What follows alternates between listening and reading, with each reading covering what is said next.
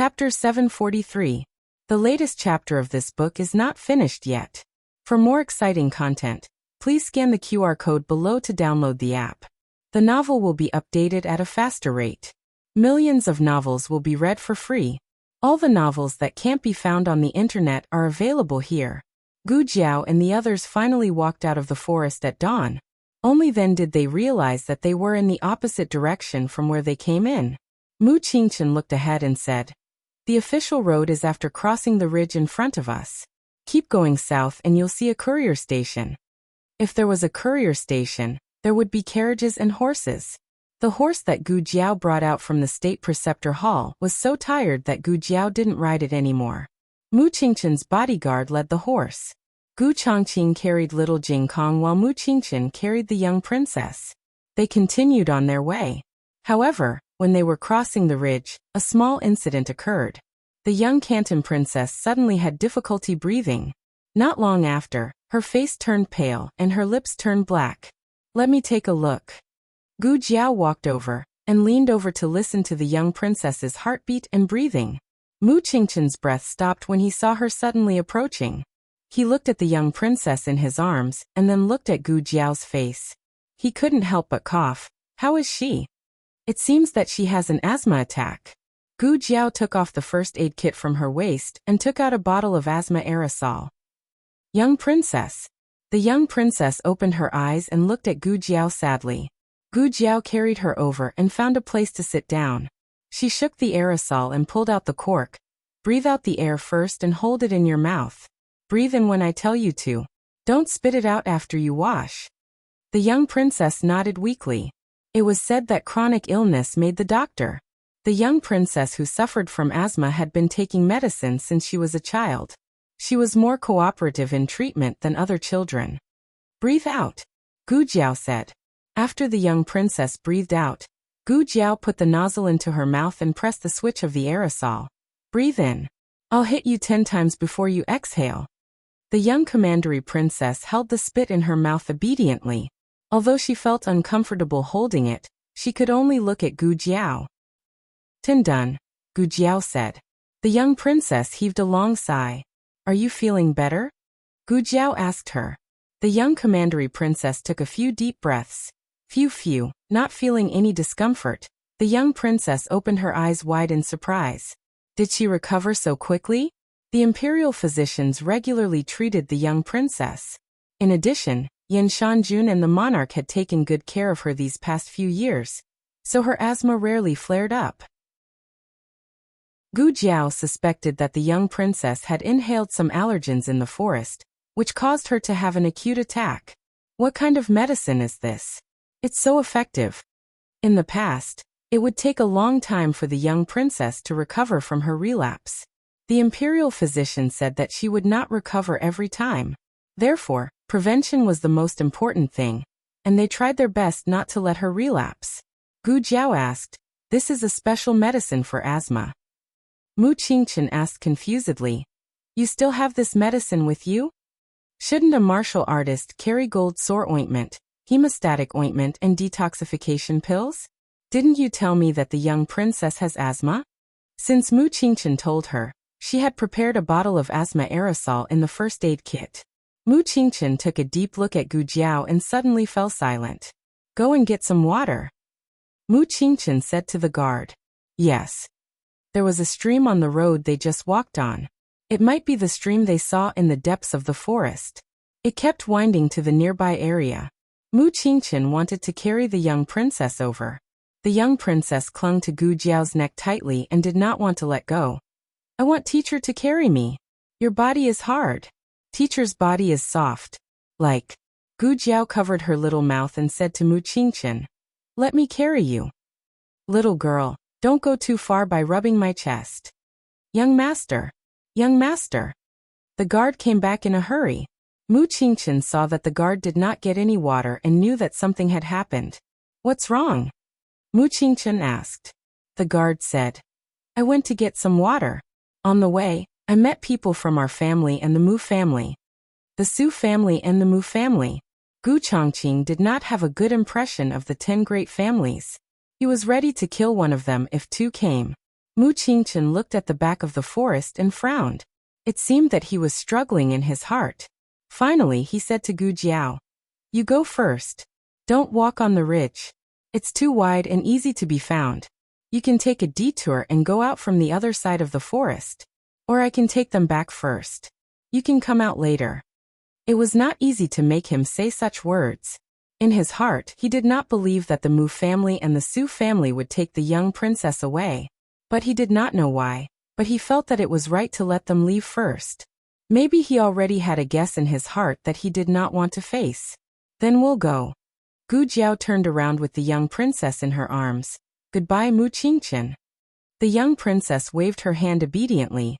"Goodbye, Mu Qingchen." Gu Chongqing followed her with little Jing Kong in his arms. They walked a few steps to the east and entered the forest. When they were far away, they could still hear the conversation there. "Qingchen, why are you here? Have you found any clues?" "No, second uncle. But I heard that the young princess has gone back." "What? Gone back?" "Yes. I met an injured guard just now. I don't know which family he belongs to. He said that he saw someone take the young princess out of the forest and walk in the direction of the ridge. The young princess is safe. She's fine. Then we came here in vain. I don't know if it's too late to go after them now." Mu Qingchen looked at his second uncle with disappointment in his eyes. The young princess lay in Gu Jiao's arms for a while and fell asleep again. Gu Jiao looked at the little girl in her arms and said, "I didn't expect that the disappearance of a little girl would cause all kinds of monsters to come out." Gu Chongqing said, "The top 10 aristocratic families are not on good terms. This day will come sooner or later. In the past, everyone was jealous of the Xianyuan family and wanted to get rid of them. But when the Xianyuan family really died, they all wanted to be the next Xianyuan family." Gu Jiao asked, "By the way, why are you here?" Gu Chongqing said, "Xiaoheng told me." He had planned to go out of the city to see Gu Yan, but Xiaoheng caught up with him when he reached the gate of the inner city. Gu Jiao asked, "Did you tell him that you were going out of the city?" Gu Chongqing said, "No. He guessed it himself." Gu Jiao raised her eyebrows. "My husband is so smart." Gu Chongqing's face darkened. The forest was against the mountain, and the light was not very good. The two walked very carefully. Gu Jiao asked again, "By the way, is everything going well with the crown prince?" Gu Chongqing said, "It's going well." Gu Jiao said, "He's so trusting of the people sent by the underground martial arts arena?" Gu Chongqing explained, "He gave me a kind of poison. I have to take the antidote once a month, or I'll die." Gu Jiao looked at him. "You drank it?" "Yes." Gu Chongqing nodded and looked at Gu Jiao. "I think you can cure it." Gu Jiao said, "I don't think I can cure it." Gu Chongqing was speechless. Gu Jiao's ears twitched. She turned her head and looked into the depths of the forest. "There seems to be some movement over there." Gu Chongqing looked over. "I heard it too. Should we go and take a look?" Gu Jiao thought for a while. "Let's go and take a look." Gu Chongqing carried little Jing Kong with one hand and wrapped his other hand around Gu Jiao's waist. He used his qinggong to bring her over. The two hid behind a big tree with the child in their arms. About 100 steps away, a young man in a Taoist robe was fighting with two masked men in black. In the middle of their fight, there was a handsome, young man. "It's Feng Wuxiu and Taoist Qing Feng," Gu Jiao whispered. "You know them?" Gu Chongqing asked in a low voice. Gu Jiao nodded. "I've seen Taoist Qing Feng in the Grand Preceptor Hall. I've seen Feng Wuxiu's portrait in the library. Why is Feng Wuxiu younger than in the portrait?"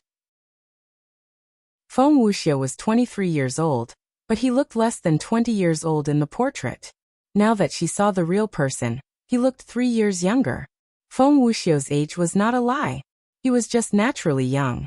Taoist Qing Feng and the two men in black were fighting fiercely. The men in black were not much weaker than Qi Xian. The two of them together were equivalent to Qi Xian too. 0. Gu Jiao sighed. "The Yan kingdom is really full of masters. Who do you think will win?" "That Taoist priest," Gu Chongqing answered without hesitation. The two men in black used their killer moves. Taoist Qing Feng held back. In order to prevent his inner energy from affecting Feng Wuxiu, he split each move into two. One move was used to defend against the enemy, and the other was used to remove his inner energy from a certain part of his body. It was the first time Gu Changqing saw such a fighting style. It was an eye-opener for him. Gu Jiao watched intently. It seems that Mu Qingchen was right. Luckily, we didn't meet this Taoist priest from the Feng family. The fight is almost over. Let's go. They were only halfway through the fight, but Gu Changqing could already tell how long it would take for Taoist Qingfeng to defeat the two men in black. Gu Jiao and Gu Changqing returned to the State Preceptor Hall at noon. The two children had woken up and had eaten at the relay station. However, their bodies and faces were still dirty and they looked a little miserable. Gu Jiao could not check their injuries at night. When she got on the carriage, she found that they had different degrees of bruises and abrasions. They were all bruises and abrasions from the road. Xiao Heng had been waiting at the entrance of the State Preceptor Hall for a long time. Gu Changqing and Gu Jiao got off the carriage with the children in their arms. Xiao Heng quickly walked over and looked at the two little fellows who were in a terrible state. His eyes turned cold. He looked at Gu Jiao and Gu Changqing. Are you okay? We're fine. This time, she and Gu Changqing were really fine. Only the two little ones had suffered a lot. Let me do it. Xiao Heng reached out and took little Jingkong from Gu Changqing's arms. For the first time, little Jingkong did not protest. Although his face was ugly, his body was very honest. He lay in Xiao Heng's arms obediently and breathed in Xiao Heng's scent. He came to the family when he was 3.5 years old. 2 years had passed. He not only relied on Gu Jiao deeply, but also relied on Xiao Heng from the bottom of his heart. It was just like a child who loved his mother the most, but he would not abandon his father. Xiao Heng looked down at the little boy lying in his arms. Are you scared? He was too weak to be a demon. No. Little Jingkong snorted and said, I'm just tired. He could still argue with him, so it should not be a big problem. Xiao Heng laughed. Okay, you're tired. I'll let you rest today. I don't do homework. Okay. And I want to eat candy. Okay. Little Jingkong rolled his grape-like big eyes. It was rare for his bad brother-in-law to be so reasonable. He decided to ask for a small benefit for himself. Xiao Heng saw through his little brother. He pinched his little face and said, Don't overdo it. Otherwise, you'll confiscate the ones in front of you. Little Jingkong's face darkened in a second. He was indeed a bad brother-in-law. Xiao Heng suppressed the smile on his face and said to Gu Jiao, I'll take Jingkong to take a bath first. If someone asks, I'll say that he saved my aunt. I have to let him stay in the State Preceptor Palace for a few days. This was a good reason. I have a question. I've been thinking about it for a long time. Shouldn't he call her aunt? Gu Jiao asked. Xiao Heng smiled gently and said, His Majesty's surname is Shangguan. According to the custom of the Great Yin Dynasty, people with the same surname should be called aunt. Gu Jiao suddenly understood. Oh, I see. Then I'll send little princess back to the palace first. Xiao Heng looked at little princess who was holding Gu Jiao's neck and said, No, the monarch is on his way. Speak of the devil. The monarch heard that little princess was sent back to the palace, but she was nowhere to be seen. So he wanted to go to the State Preceptor Palace to ask about the situation. When he learned that little princess was in the Qilin Hall, he rushed there without hesitation. Your Majesty, please slow down. Zhang Dequan almost couldn't catch up with him. Your Majesty, you're so old. Do you think you're still young? Aren't you afraid of falling? Light Shui. Before the monarch arrived, his voice came first. Little princess raised her little head from Gu Jiao's arms and looked at the door. The moment the monarch rushed in, little princess cried, Oh, Uncle, Your Majesty, there's a bad guy who wants to catch me. It was inconvenient for Gu Changqing to show up, so he left after sending Gu Jiao. They were in the room next to Shangguan Yan's. Other than little princess, there were only Gu Jiao, Xiao Heng, and little Jingkong in the room. The monarch looked at the two wretched children and was instantly enraged. Gu Jiao didn't mind adding oil to the fire. This morning, little princess had an asthma attack. Her condition is very critical. The monarch looked at little princess who was crying and gasping for breath. Little princess sobbed and nodded. I can't breathe, it's so uncomfortable. The monarch asked with heartache, Are you still unable to breathe? Little princess sobbed and shook her head. I can't breathe now, my teacher gave me medicine. The monarch asked Zhang Dequan to take the two children next door to eat something. Then he looked at Gu Jiao with a complicated expression and asked in a deep voice, You were the one who found the young princess? Gu Jiao said bluntly, Yes. The monarch asked suspiciously, How did you find her? Are you suspecting me of embezzlement? Gu Jiao said, I have an eagle.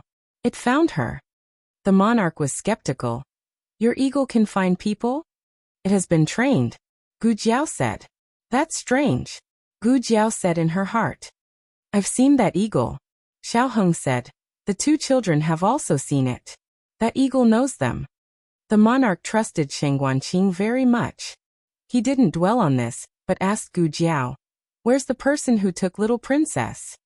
I didn't see him. Xiao Heng said first. Gu Jiao said without changing her expression. Yes, I didn't see him. The two children escaped into the forest from where they were imprisoned. I found them in the forest. I see. The monarch went next door to ask little Jing Kong and little princess. After all, little princess was only 4 years old. The clues she could give were limited. She only remembered that she was caught again and again, but she couldn't remember what those people looked like. Little Jing Kong remembered the appearance of the peddler, the man in black, and the master of the Dong family. But Xiao Heng just told him not to say that he didn't remember because he didn't see clearly. Zhang Dequan said, Your Majesty, the two children are still young. It's normal that they can't remember clearly after such a big scare. The monarch left the Kailan Hall with a gloomy face. Gu Jiao looked at the monarch's receding figure and asked Xiao Heng, Why didn't you tell Jing Kong and me? Xiao Heng took her hand and tucked her hair behind her ear. Because we don't have enough evidence even if we tell them. Maybe the aristocratic families will join hands and accuse us. Gu Jiao asked. So we'll just let it go like this. Xiao Heng combed her hair. No. The monarch won't. Little princess has suffered so much this time, and almost lost her life. The monarch won't let it go. Those who are scheming behind our backs will soon realize that they have overestimated their abilities. On the 3rd floor of the book collection pavilion, the monarch and the state preceptor sat opposite each other and drank tea. The state preceptor poured tea for the monarch and himself. Your Majesty, do you really want to do this? The monarch said seriously, That's right. The state preceptor smiled faintly, picked up the teacup and took a sip. We agreed at the beginning that the state preceptor hall will not intervene in the affairs of the imperial court, will not participate in the struggle for power, and will not ask about the aristocratic families. The monarch said earnestly, I am not ordering you as the monarch of a country, but as an old friend asking you to help me. The state preceptor stopped drinking tea. Yi Qing. Yi Qing stepped forward and saluted. Disciple is here. The state preceptor asked, What time is it? Yi Qing replied respectfully, It's just past noon. The state preceptor said faintly, Master wants to see the mastermind behind the kidnapping of the little princess. Yi Qing's expression was solemn. Disciple accepts the order. Digression. The last 2 days, the tickets were cleared. The latest chapter of this book is not finished. For more exciting content, please scan the QR code below to download the app. The novel is more complete and updated faster. Millions of novels are free to read. There are novels with connotations that can't be found on the internet here. https://www.zhhbqg.com/89642_896428226/1067644137. HTML Genius remembered the address of this site in a second. www.zhhbqg.com Biku Pavilion mobile version reading website. Chapter 744. The latest chapter of this book is not finished yet. For more exciting content, please scan the QR code below to download the app. The novel is more complete and updated faster. Millions of novels are free to read. There are novels with connotations that can't be found on the internet here. The Mu family. Old Master Mu sat on the main seat. All the people who went to do things had returned. It was his second son Mu Hong, who came to report to him. Father. Mu Hong stood in front of Old Master Mu and reported what happened in the forest truthfully. The families are fighting fiercely. I don't know who sent the young commandery princess back. Humph. Old Master Mu snorted coldly. They all look aloof from worldly affairs, but they are secretly more powerful than anyone else. Mu Hong said. I heard that there were many casualties. The specific situation depends on what the major families say. Old Master Mu frowns and says, I didn't expect so many things to be involved in this. Mu Hong said with shame. It wasn't so troublesome. If that little bastard hadn't escaped with the young commandery princess, we wouldn't have gone all the way to look for them. In the end, we led the people from the major families there. If they had stayed in that house quietly, who would have found out? But things had come to this point. It was useless to say these regretful words. It's all that little bastard's fault. Mu Hong couldn't help but complain. Who would have thought that a 5-year-old little bastard would mess up the Mu family's overall plan? Old Master Mu exhaled deeply. Have you dealt with everything that should be dealt with? Mu Hong said, Father, don't worry. All the evidence has been destroyed. Old Master Mu said again. What about the people who caught the young commandery princess? The young commandery princess has seen their faces. Mu Hong replied. They are dead. I don't know which family killed them. Dead men tell no tales. No one will find out that it was the Mu family. Old Master Mu said thoughtfully. The fox of the Dong family seems to know a lot of things. Mu Hong said indifferently. He's not afraid even if he knows, unless he can show evidence. But the Dong family is not clean. He doesn't have the guts to bite the Mu family. Although the undercurrents between aristocratic families were turbulent, there were some shady dealings that no one would reveal to the surface. If the Han family and Mu family hadn't acted against Consort 1 first, the Mu family wouldn't have thought of using this kind of method to suppress the Han family. Grandpa Mu closes his eyes and sighs. That's it. Don't mention it again. Tell your men to keep their mouths shut. Mu Hong cupped his hands and bowed. Yes, father. I understand. What are you doing here? Mu Tao's shout suddenly came from outside the door. Grandpa Mu frowns warily. Mu Hong turned around and quickly walked to the door. He opened the door and bumped into Mu Chuan, who was shaking outside the door. Mu Chuan looked at Mu Hong in horror. Mu Hong also looked at him in surprise. The two of them had different feelings of shock. Mu Chuan's had a hint of unfamiliarity and fear, as well as a slightly complicated feeling. Mu Hong quickly came back to his senses. He looked at Mu Tao, who was striding forward, and greeted him. Big brother. Mu Tao grabbed Mu Chuan's wrist and walked out. Brat, who allowed you to enter your grandfather's courtyard? Didn't you go to school? Why didn't you say hello when you came back? Mu Chuan's feet were nailed to the ground. Is it true? He asked. Mu Tao paused. He looked past Mu Chuan and at Mu Hong, who was inside the door. Mu Hong took a deep breath and asked slowly, Xiao Chuan, how much did you hear? Mu Chuan's eyes turned red. I heard everything. Mu Hong looked at Mu Chuan and said, Listen to second uncle and forget what you heard. Mu Chuan shook off his father's hand, raised his hand to wipe his eyes, and quickly walked out of the door with red eyes. Mu Tao frowned. Where are you going? Mu Chuan choked. I'm going to tell fourth brother. Mu Tao's face darkened. Brat, come back here. Mu Hong looked at Mu Tao.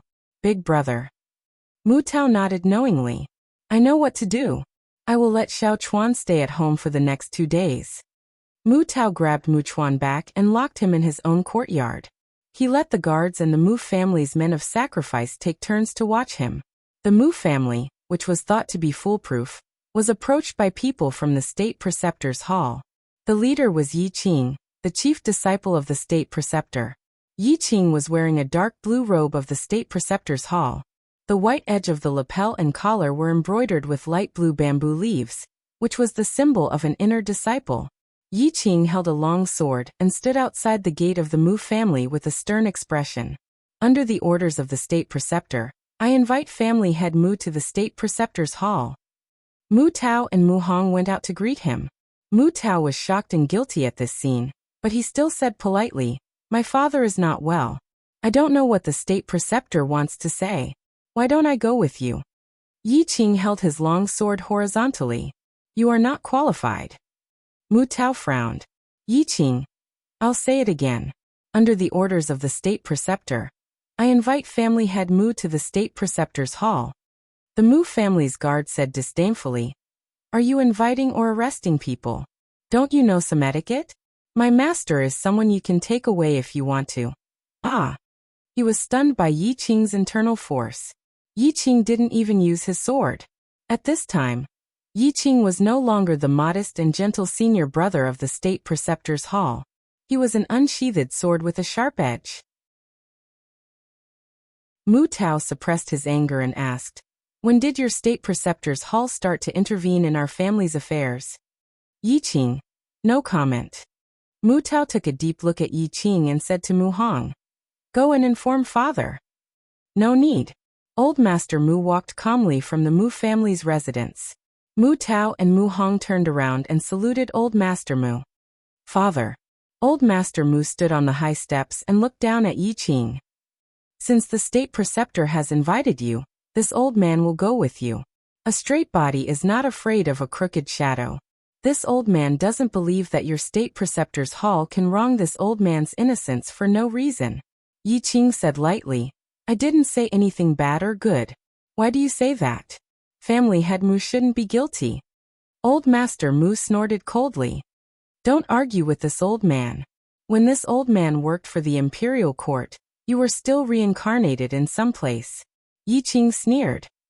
Is that so? Please. Mu Tao and Mu Hong said in unison, Father. Old Master Mu gave them a reassuring look. What should be cleaned up has been cleaned up. Even the state preceptor's hall can't find any evidence. Qilin Hall. Little Jing Kong took a bath comfortably in the next room. In order to comfort his injured little heart, he didn't have to bathe himself. He lay in the small bathtub all the time. Aheng, he raised his little arm, revealing his little dimples. I also need to wash here, aheng, and here. He raised his little feet again and scratched them with his toes smugly. The feeling of ordering a bad brother-in-law is too good. I feel that my child has reached the peak. Xiaoheng looked at him with a fake smile.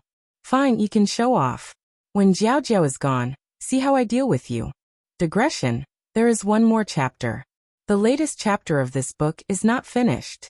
For more exciting content, please scan the QR code below to download the app. The novel is updated faster. Millions of novels are free to read. There are novels with connotations that can't be found on the internet here. https://www.zhbqg.com/89642_896428226/10676161. HTML Genius remembers this site's address in 1 second. www.zhbqg.com Bikugo mobile reading website. Chapter 745. The latest chapter of this book is not finished yet. For more exciting content, please scan the QR code below to download the app. The novel is updated even faster. Millions of novels are free to read. The novels that cannot be found on the internet are all available here. Xiaoheng took very good care of the little sick egg, Ghost. He took a bubble bath the whole time, and after washing, he even gave him a full body massage, and applied the baby's prickly heat powder in the small medicine box. Here, and here. Wow, I smell so good. I want to let Jiao Jiao smell me. Jiao Jiao likes me the most. Nonsense, it's clearly me. Gu Jiao was also bathing, and could not be seen for the time being. A certain white and tender little wax gourd rolled on the bed, and supported his head with one hand. Lying down like a little Buddha, he said with an accent, Aheng, bring me some tea. Xiaoheng, I think you're asking for a beating. Little Jing Kong was crazily testing the edge of death. He did not realize that his bad brother-in-law's gaze was becoming dangerous. After taking a bath, he felt refreshed all over. Not long after, he fell asleep on his back. There was wind today, so it was still cool. Xiaoheng called a disciple of the Imperial Preceptor Hall, and had him look after little Jing Kong. The corridor on the right side of the Qilin Hall was a rather special place. There were no unrelated people living in it. The room closest to the operating room was Shang Guanyan and Gu Jiao's room. He lived next door. The room opposite was empty. Xiao Heng had the disciple of the Imperial Preceptor Hall clean up a room for Gu Jiao. Xiao Heng arrived in front of the room. Just as he was about to knock on the door was opened from the inside. Gu Jiao had just finished bathing and changed into a clean young man's robe. Her long hair was wet and draped over her shoulders and back. There was also a strand of hair that fell on her forehead. The water droplets trembled at the tip of her hair. They were sparkling and translucent, reflecting thousands of rays of light. Her black hair was black and shiny, which made her skin look like jade.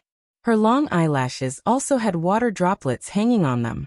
Her eyes were moist, and her lips were soft and bright red. Xiao Heng's throat moved. Gu Jiao looked at him with a smile. Xiao Heng realized that he had lost his composure. He cleared his throat and said, "I came to see you. Is it convenient for me to come in?" Gu Jiao stepped aside to let Xiao Heng in.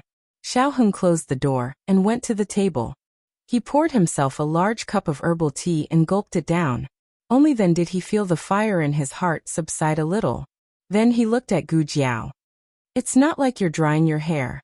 "Oh," Gu Jiao said indifferently. "The weather is hot. It'll dry in a while." She went to the small table by the window and opened the small medicine box. Xiao Heng looked at the ointment she took out and asked, "Are you hurt?" Gu Jiao shook her head. "No, I was just bitten a few times by mosquitoes." The mosquitoes in the forest were too poisonous. She didn't feel anything when she was bitten, but when she took a bath, she found that she had several big bumps. "Was Jing Kong bitten by a mosquito?" she asked. "He's fine. There are only a few small red spots," Xiao Heng said as he walked over to her with a cotton towel. "Let me see. Where are you bitten?" Gu Jiao looked up and pointed to her neck. "Here." She rolled up her sleeves and pointed to her wrist. "And here." She didn't have any other thoughts. She just wanted to show him the big bumps caused by the mosquito bites. However, an indescribable thought flashed through Xiao Heng's mind. Thinking about it carefully, they hadn't been alone together for a long time. Even if she changed into a young man's robe and spoke in a young voice, as long as she was still her, he couldn't hide the impulse in his heart. "You." Gu Jiao stared at him blankly. Xiao Heng lowered his eyes. "I'll help you apply the ointment." "Okay." Gu Jiao handed him the cotton swab and ointment. Xiao Heng lowered his head, dipped the cotton swab in the ointment, and applied it little by little on the big bumps caused by the mosquito bites. He tried to get rid of all distracting thoughts, but a certain someone didn't give him a chance to calm down. "Lord Xiao, your heart is beating so fast." Gu Jiao put her hand on his chest. She had bathed in cold water, so her palm was cold. However, when she touched it, his heart became boiling hot. He grabbed her wrist and sighed helplessly. "Gu Jiao, Jiao, I can't concentrate on applying the ointment if you're like this." Gu Jiao. "Oh." Xiao Heng let go of her hand and continued to apply the ointment. Gu Jiao stopped and just stared at him. Then Xiao Heng heard the sound of saliva swallowing. Xiao Heng. Applying ointment was a common thing, but in this atmosphere, it became a very private thing. The atmosphere suddenly became ambiguous. Xiao Heng took a deep breath and calmly pulled her hand over. He rolled up her sleeves and applied the ointment evenly on each of her wounds. He finished slowly, and the entire process was done with ease and calmness. But the moment he placed the ointment on the table and threw the cotton swab into the basket, he suddenly clasped Gu Jiao's neck with one hand and lowered his head to kiss her deeply. He had been so calm earlier, like an old monk in meditation. Gu Jiao thought that he wouldn't do anything. This was too exciting. Gu Jiao's little heart contracted. And then she was swallowed by his domineering strength. He had really grown up. Were all men self-taught in this area? He was too good at it. It wasn't too hot today, and a cool breeze blew into the room. It was quite comfortable. "Your Highness Changsun, I cut some fruits." "Ah, I didn't see anything." He covered his eyes with one hand, and quickly turned around while holding the tray with one hand. He planned to leave, but after thinking about it, he still walked in and put the fruits on the table. Then he closed his eyes and walked out. He didn't dare to open his eyes and even bumped into the wall. After you, he blindly stepped over the threshold. He blindly closed the door for the two of them. You two continue. Gu Jiao couldn't help laughing. Xiao Heng's ears turned slightly red. Gu Jiao looked at him with a faint smile and said, "Will Xiao Qing beat you when he comes back?" She kissed a man in broad daylight, and was caught by a disciple of the State Master Hall. Her 19 years of chastity were really ruined. Xiao Heng thought for a while. It was Sheng Guanqing who was caught, not him. It was no longer awkward. "We'll talk about it when he comes back." He lifted her delicate chin and kissed her again. Little Jing Kong was so tired that he still hadn't woken up at 5 o'clock. Yi Qing, the eldest disciple, took old Master Mu to the 3rd floor of the book pavilion. Gu Jiao and Xiao Heng went to the 2nd floor of the book pavilion to eavesdrop. They leaned against the window and pressed their ears against the wall. Gu Jiao asked, "Did you hear anything?" Xiao Heng shook his head. "No, what about you?" Gu Jiao said, "Neither did I." It shouldn't be. She saw that they were upstairs, right above her head. Why couldn't they hear anything? Was the book pavilion so soundproof? "Keep a lookout for me," Gu Jiao said to Xiao Heng. She was referring to the 2 disciples of the State Master Hall, who were guarding the entrance of the 2nd floor. "Okay," Xiao Heng said. Gu Jiao climbed out of the window on the 2nd floor, grabbed the reliefs on the wall, and climbed to the 3rd floor little by little. When she finally climbed to the window on the 3rd floor, she saw a man of sacrifice of the State Master Hall, with a very high realm standing in the window, and looking at her expressionlessly. Gu Jiao. "Hello, Master." "Goodbye." Gu Jiao climbed down quickly. Xiao Heng carried Gu Jiao in. "Why are you so fast? Did you see them?" After Gu Jiao landed, she clapped her hands, took a long breath, and said, "Yes, I saw them. They were quarreling." On the 3rd floor, old Master Mu said confidently, "What evidence does the State Master Hall have to prove that the Mu family did it? We have never offended the State Master Hall. Why should we be slandered like this?" The State Master Hall said, "The divination has made it very clear that it was your family who did it." Old Master Mu looked up to the sky and laughed. "Divination? Ha, what a joke. Does the State Master Hall arrest people based on divination? You don't need evidence." The State Master Hall said calmly, "It is the method of the Rearguard Commandery and the Yamen of 3 departments to arrest people based on evidence. The State Master Hall relies on divination." What divination? The old faker must have heard something from somewhere, but he couldn't show any conclusive evidence, so he used divination to cover it up. He thought that the State Master Hall had the courage to arrest him because they had something on the Mu family. In this way he was not afraid. Old Master Mu sneered, "State Master, I don't doubt your ability. It's just that if you put the blame on the Mu family based on divination, I'm afraid that the people in the world will not believe it." The State Master Hall fell into deep thought. The State Master Hall really had no evidence. Grandpa Mu said fearlessly, "If you can show me the evidence, I'll give you my life." The State Master Hall said, "Yi Qing." Yi Qing said, "Yes, Master." The State Master Hall said, "Call the witness." Old Master Mu's face changed. Yi Qing went downstairs in person.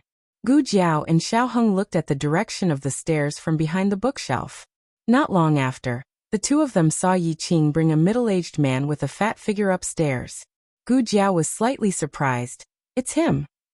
Xiao Heng asked, "Do you know him?" "Yes." Gu Jiao nodded.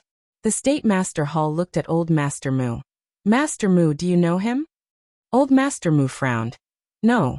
His name is Pang Hai, the manager of the underground martial arts arena in Chengdu. Manager Pang happened to come to Chengdu." The State Master Hall said slowly, "Yi Qing, give me the portrait." Yi Qing took a portrait and handed it to Pang Hai. "Do you know this person?" The person in the portrait was the peddler who took the young princess. Pang Hai carefully stared at the portrait for a long time. "Ah, isn't this Tong? Tong 5. I almost didn't recognize him after changing his clothes. He is a master of our underground martial arts arena, but he has been away from the arena for several years." Yi Qing asked again, "Do you remember which family invited him away?" "Well," Pang Hai hesitated. Yi Qing said seriously, "In front of His Majesty, I advise you not to hide anything. Pang Hai braced himself and said, The Mu family. Like a bolt from the blue, Old Master Mu's whole body froze. Digression finished within a year. The latest chapter of this book is not finished yet. For more exciting content, please scan the QR code below to download the app. Novels are updated faster. Millions of novels are free to read. Novels that can't be found on the internet are all here. https://www.zhbqg.com/89642_8964286/1067586878. HTML Genius memorized this site's address in 1 second. www.zhbqg.com Bikuj mobile reading website.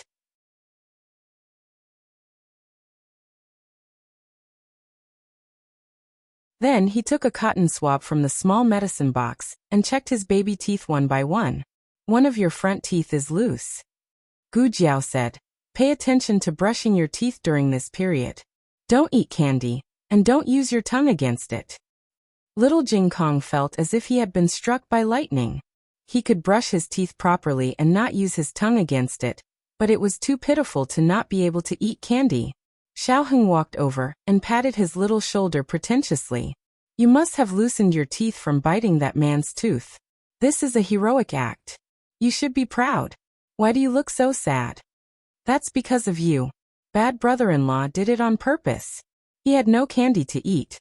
Xiaoheng sighed to Gu Jiao. I just promised to give him candy. Gu Jiao said sternly, Don't give it to him.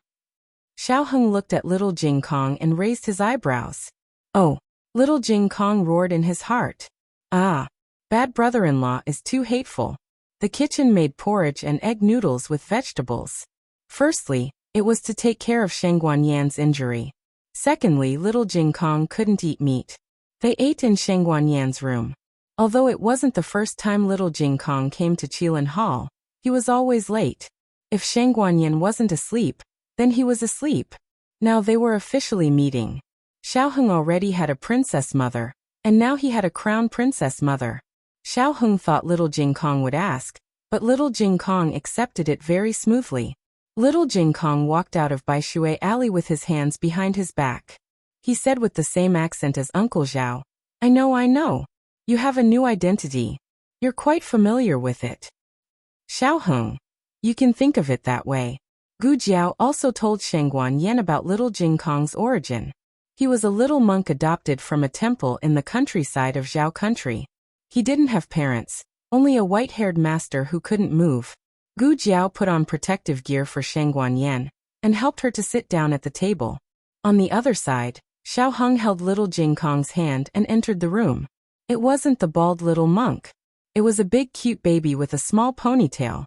He had a small round face, delicate and handsome facial features, big eyes and long eyelashes.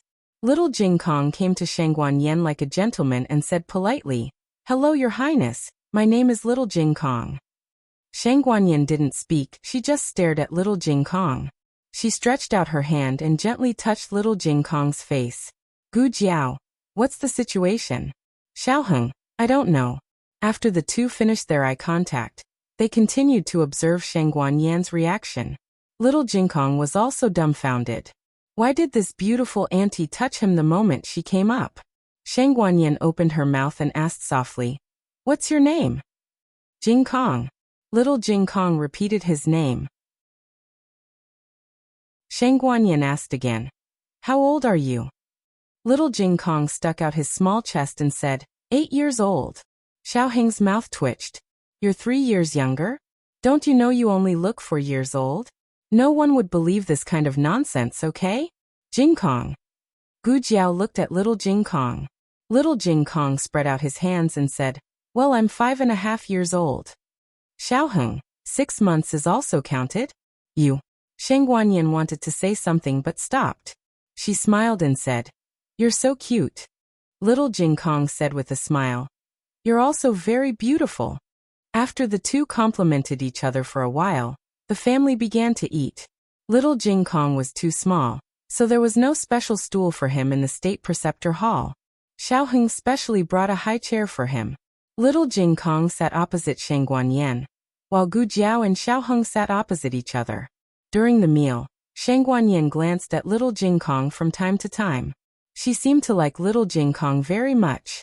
Little Jing Kong felt the kindness from Shang Guanyin and was very happy to get close to her.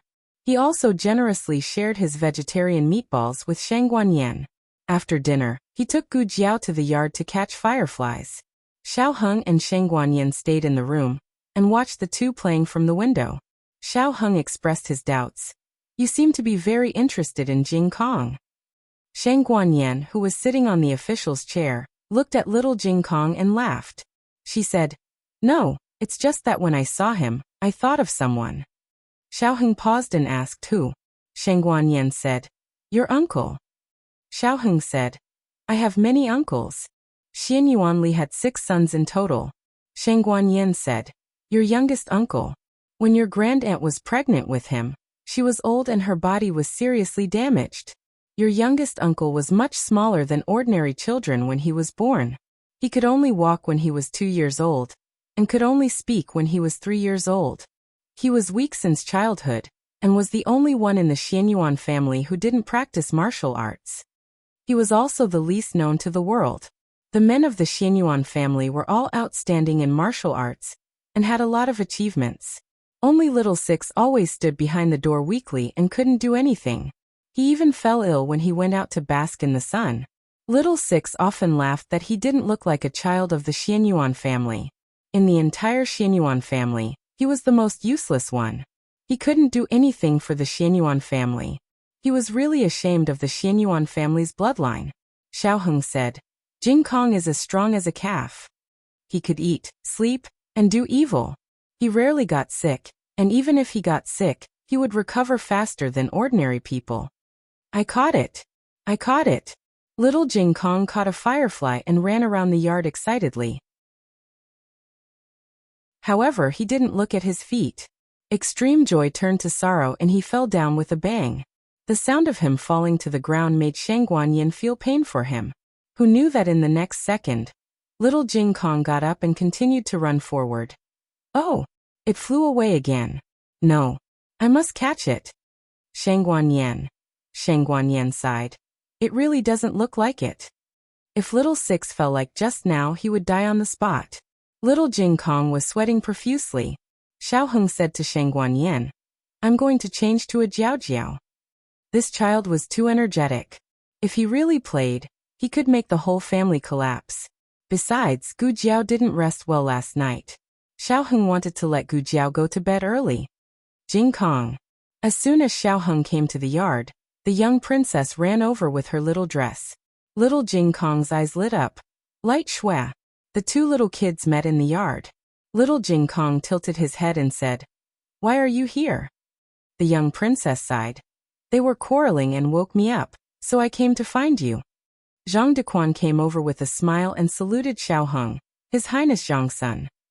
Then he turned around and politely bowed to Shang Guanyin behind the windowsill. Teacher. The young princess greeted Gu Jiao. Then she raised her little head and looked at Xiao Heng, waiting for Xiao Heng to greet her. Xiao Heng didn't know whether to laugh or cry. Little auntie. The young princess nodded with satisfaction. Good nephew. Little Jing Kong suddenly whispered to her. Wow. You're so awesome. You're my bad his auntie. Then can you order him around? The young princess was puzzled. My nephew is so good. Why should I order him around? Because I want to order him around. I also want to turn my bad brother-in-law into little 8 and play with him every day. Forget it. This plan doesn't seem to work at the moment. Little Jing Kong asked the young princess. I'm catching fireflies. Do you want to join me? The young princess played with her fingers. I can't catch them. Little Jing Kong patted his small chest. It's okay. I'll catch them for you. In the library, except for 2 men of sacrifice from the state preceptor's palace, the emperor asked everyone else to leave, leaving only him, old Master Mu, and the state preceptor. Yi Qing was guarding the aisle. No one knew what the emperor said to old Master Mu.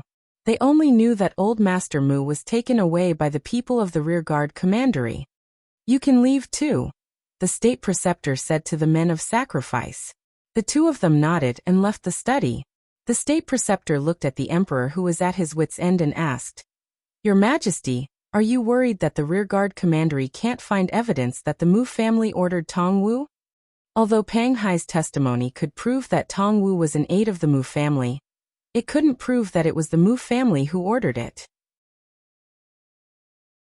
Maybe Tong Wu was bribed by someone else. The emperor snorted. If Wang Su can't even find evidence, he might as well resign. The state preceptor poured a cup of tea for the emperor. "Your Majesty, why are you at your wit's end? Are you thinking about how to deal with the Han family?" The Han family couldn't escape the crime of dereliction of duty. The emperor didn't speak. The state preceptor said, "In fact, Your Majesty has long wanted to take back the Han family's Black Wind cavalry and the Mu family's military power. With all due respect, the young princess's suffering is distressing, but this matter came at the right time." The emperor looked at him. "It's rare for you to talk about the imperial court with me." The state preceptor smiled. "I don't want to talk about it, but Your Majesty is waiting for me to talk." The emperor stood up and paced in the room for a long time. He came to the window and looked at the bright moon in the sky. Suddenly he said, 25 years ago today was the day you divined the divination for the Xianyuan family." The state preceptor's hand that was drinking tea paused. The emperor recalled, "You said that the North Star appeared, and the emperor came out of Xianyuan." The state preceptor slowly held the teacup. "Your Majesty." The emperor said, "I'm thinking that I have already killed everyone in the Xianyuan family. I can sit back and relax, but why do I always feel uneasy in my heart recently? Are the people of the Xianyuan family really dead?" "No," the state preceptor said. The emperor frowned. The state preceptor said indifferently, "There is also the crown princess and the emperor's grandson. They also have the blood of the Xianyuan family in their bodies. Your Majesty, if you want to eliminate all future troubles, you should kill them together." The emperor turned around and looked at the state preceptor coldly. "Their surname is Shangguan." The state preceptor met his gaze indifferently. Jing Yinin is also surnamed Jing. The two people's eyes were in a stalemate in the air for a while. The emperor turned around and continued to look at the sky. "I don't want to quarrel with you." The state preceptor picked up the teacup. "Yi Qing, see the guest out." Yi Qing pushed the door and entered. The only person in the whole Great Yen who dared to ask him to leave was the person in front of him. The emperor frowned and said, "You tell my divination again. See if there is still the North Star appearing, and the emperor comes out of Xianyuan." The state preceptor said, "No." The emperor said coldly, "Are you going to defy the decree?" The state preceptor said neither humbly nor overbearingly, "Revealing the secrets of heaven will shorten my life. I have already lost 10 years of my life. If I calculate again, I am afraid I will lose my life. What's more, the same divination can't be calculated twice." The emperor flicked his sleeves and left. "Where is the little princess?" The emperor asked the eunuch outside the library. The eunuch said, "Your Majesty, the little princess went to the Qilin Hall." "Why go to the Qilin Hall again?" The emperor frowned impatiently and strode toward the Qilin Hall. Digression. On the last day, the monthly ticket will expire if you don't vote.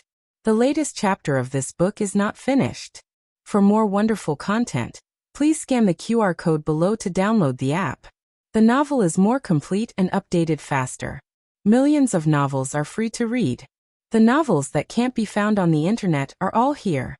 https://www.zhhbqg.com/89642_8964226/10674142. HTML Genius remembers the address of this site in a second. www.zhhbqg.com Biku Pavilion mobile version reading website.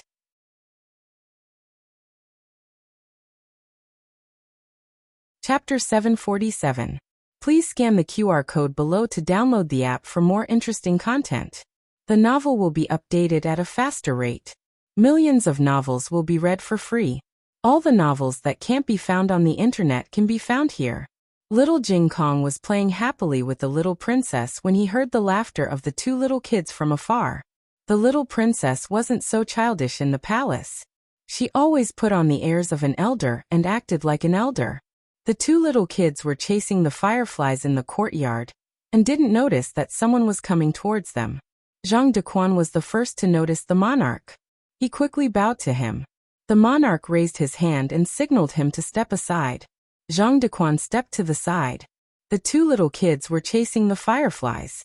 The little princess was running in front and accidentally bumped into the monarch's thigh. Little Jing Kong didn't stop in time. In order to avoid bumping into the little princess, his little body swayed to the side and bumped into the monarch's other thigh. The monarch had met little Jing Kong twice before.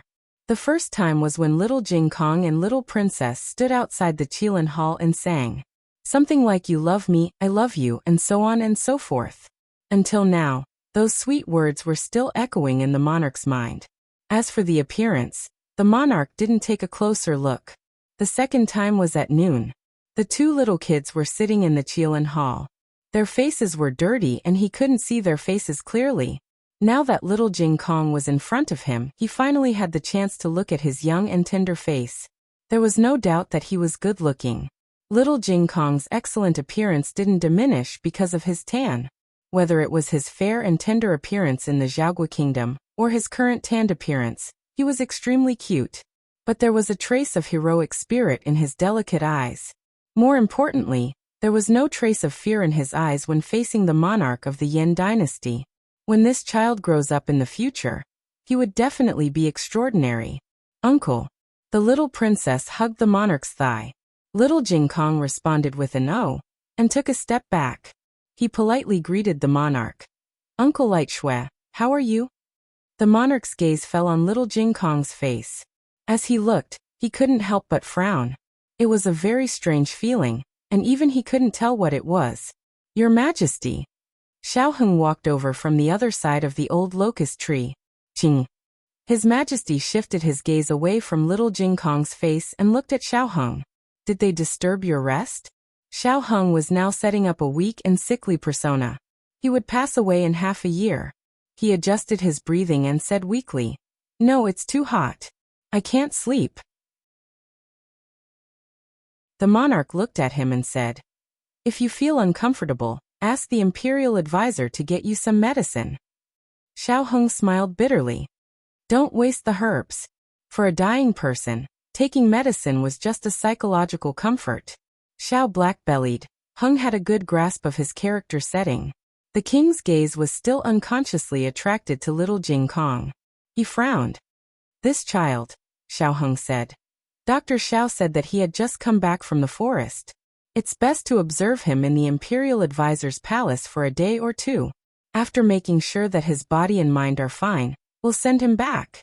I've already sent someone to inform his family." After all, he was the child who risked everything to save Shangguan Shui. It was reasonable for him to rest in the imperial advisor's palace for a few days. The monarch looked deeply at little Jing Kong and didn't say anything more. "Light Shui, we should go back to the palace." The young princess reluctantly waved goodbye to them. "Goodbye, Jing Kong. Goodbye, teacher. Goodbye, little nephew. Goodbye, cousin." Shangguan Yin waved at her from behind the window. The monarch looked at Shangguan Yin and frowned. In the end, he didn't say a word.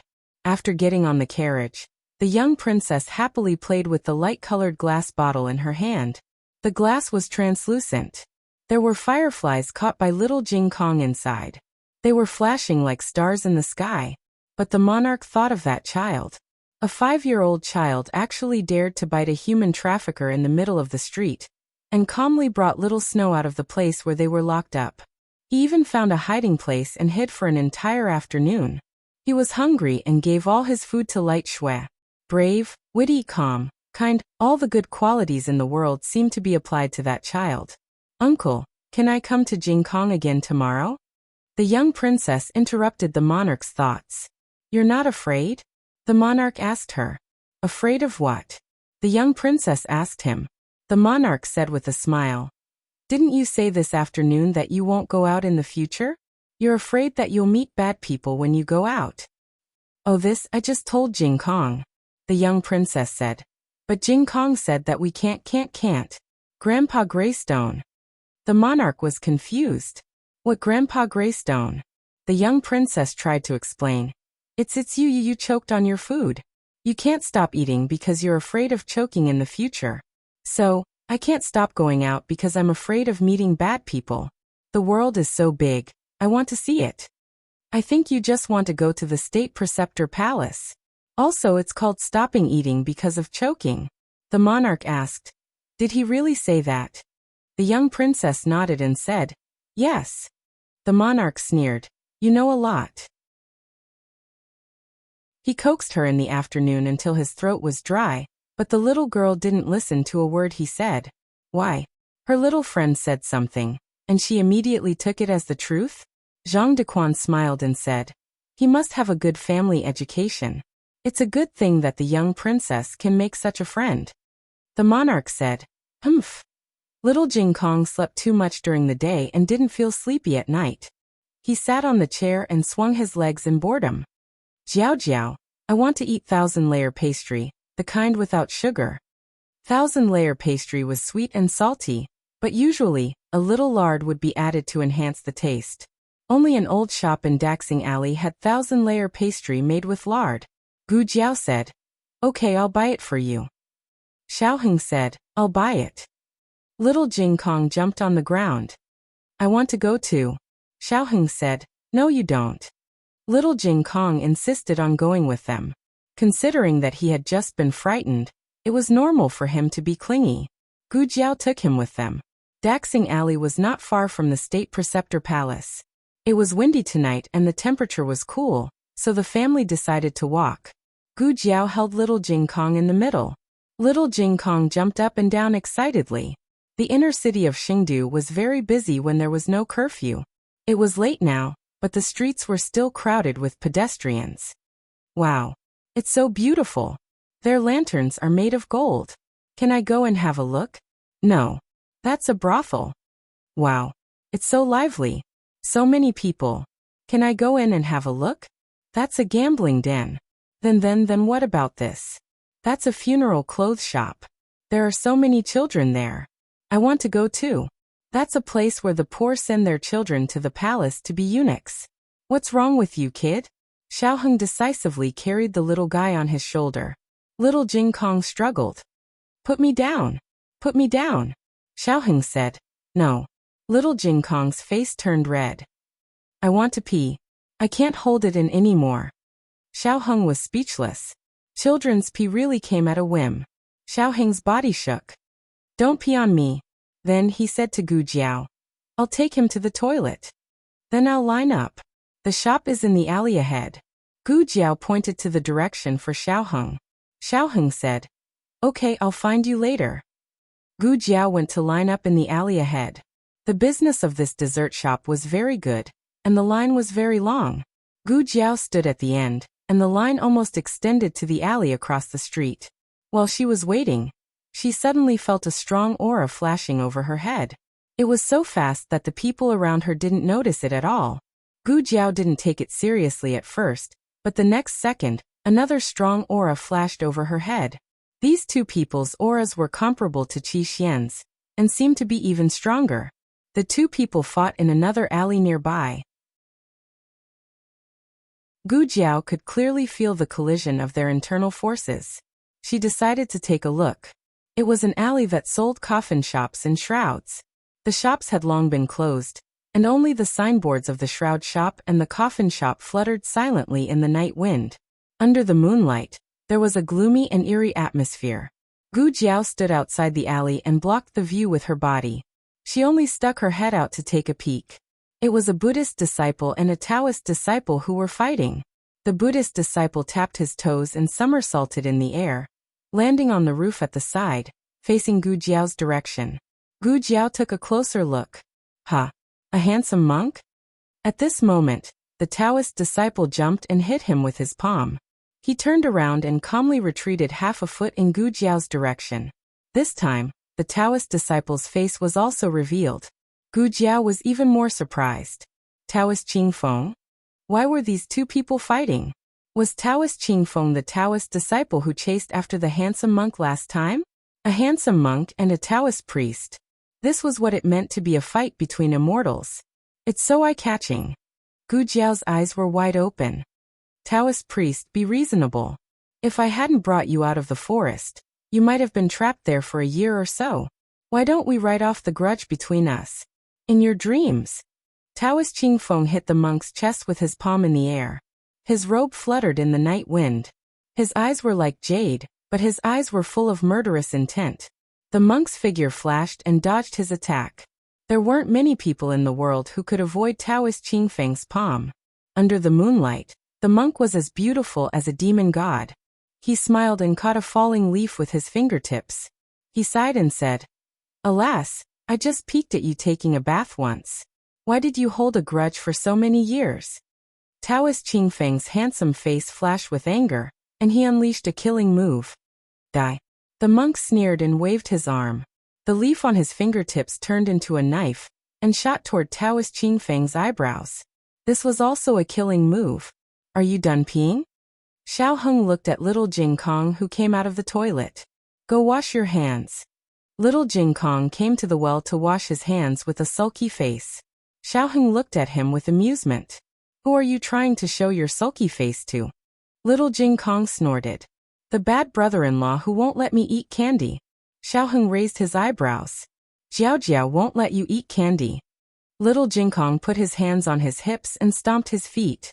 That's because you told Jiao Jiao that my teeth are broken. Xiao Heng said innocently. Your teeth are broken. Little Jing Kong crossed his arms and turned his face away. Humph. This was a shop that sold dried meat. Xiao Heng bought some dried meat for Gu Jiao on the way. Then Xiao Heng took little Jing Kong to the shop that sold thousand-layer pastry. There were many people in the queue. Xiao Heng looked from the front of the line to the end of the line, but he still couldn't find Gu Jiao. Little Jing Kong asked seriously, "Did you remember wrongly? Jiao Jiao didn't come here to buy thousand-layer pastry?" Xiao Heng held a bag of dried meat in one hand and little Jing Kong in the other. He said, "It's here. I didn't remember wrongly." Little Jing Kong thought for a while. Did Jiao Jiao also go to the toilet? I want to find Jiao Jiao. Xiao Heng said, "Don't run around. Just wait here." Little Jing Kong refused to cooperate. "I don't want to. I want to find Jiao Jiao. If you don't let me find Jiao Jiao, I'll cry. I'll say that you're a human trafficker."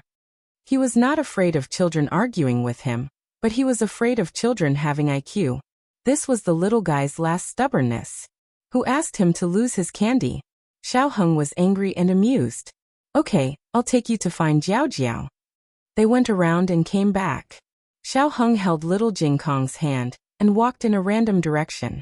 Gu Jiao went out from the end of the alley, while they went out from the front. In the creepy alley, Taoist Qingfeng and the monk had fought for more than 10 rounds. Gu Jiao hated that she did not have a bag of dried meat with her. She felt sorry for the fierce fighting scene. Although the two were fighting fiercely, their moves were only aimed at each other. They did not destroy a house, a door, a brick, or a tile. This was the cultivation and realm of a master. Those who blasted holes in other people's houses often did not consider the cost of repairing the houses. I still have something to do. I don't want to fight with you anymore. Let's end it. The monk stood on the roof. His inner strength suddenly surged. His gray monk robe fluttered without wind, as if his sea of qi was rolling. Taoist Qingfeng frowned.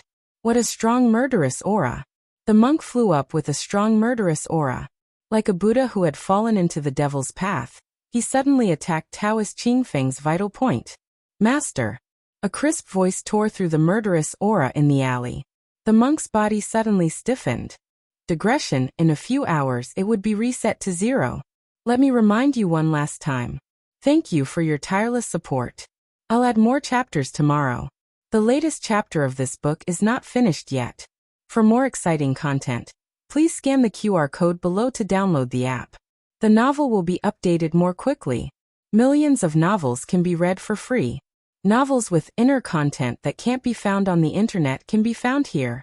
https://www.zhhbqg com/89642_896422826/10673594. HTML Genius remembered the website address in 1 second.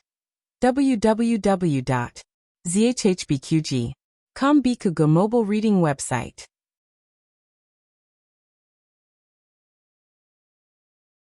Chapter 748. The latest chapter of this book is not finished yet. For more exciting content, please scan the QR code below to download the app. Novels are updated faster and more frequently. Millions of novels are free to read. Novels with content that can't be found on the internet are available here. The monk had seized the right opportunity to make this move. He had sealed off all of Taoist Qingfeng's escape routes before making this move. It was supposed to be foolproof. But when he heard the word master, all of his true qi was reversed. His body stopped in the air, and he suddenly lost control of his body. He fell from the air and hit the ground with a thud. He fell face first onto the ground. "Brat, do you have to trick me like this?" His posture was unsightly, so he quickly got up. But just as he propped himself up with his arms, Taoist Qingfeng punched him hard in the face. He was sent flying on the spot. "Brat, you really tricked me." But it was good that he was sent flying. He could take the opportunity to slip away. The monk didn't come back to fight with Taoist Qingfeng. Instead, he leaped onto a nearby roof and disappeared into the boundless night. The monk used his qing gong to the extreme as if he was in a rush to reincarnate, leaving the eerie and strange alley far behind him. He wanted to run 800 miles in one breath, and finally stopped at a deserted street corner. He had never been so tired even when fighting a war. Huff, huff, huff. He leaned against the wall with one arm, supporting his body slightly, and grabbed his clothes with the other hand, fanning himself. "I finally got rid of him. This little demon is too scary."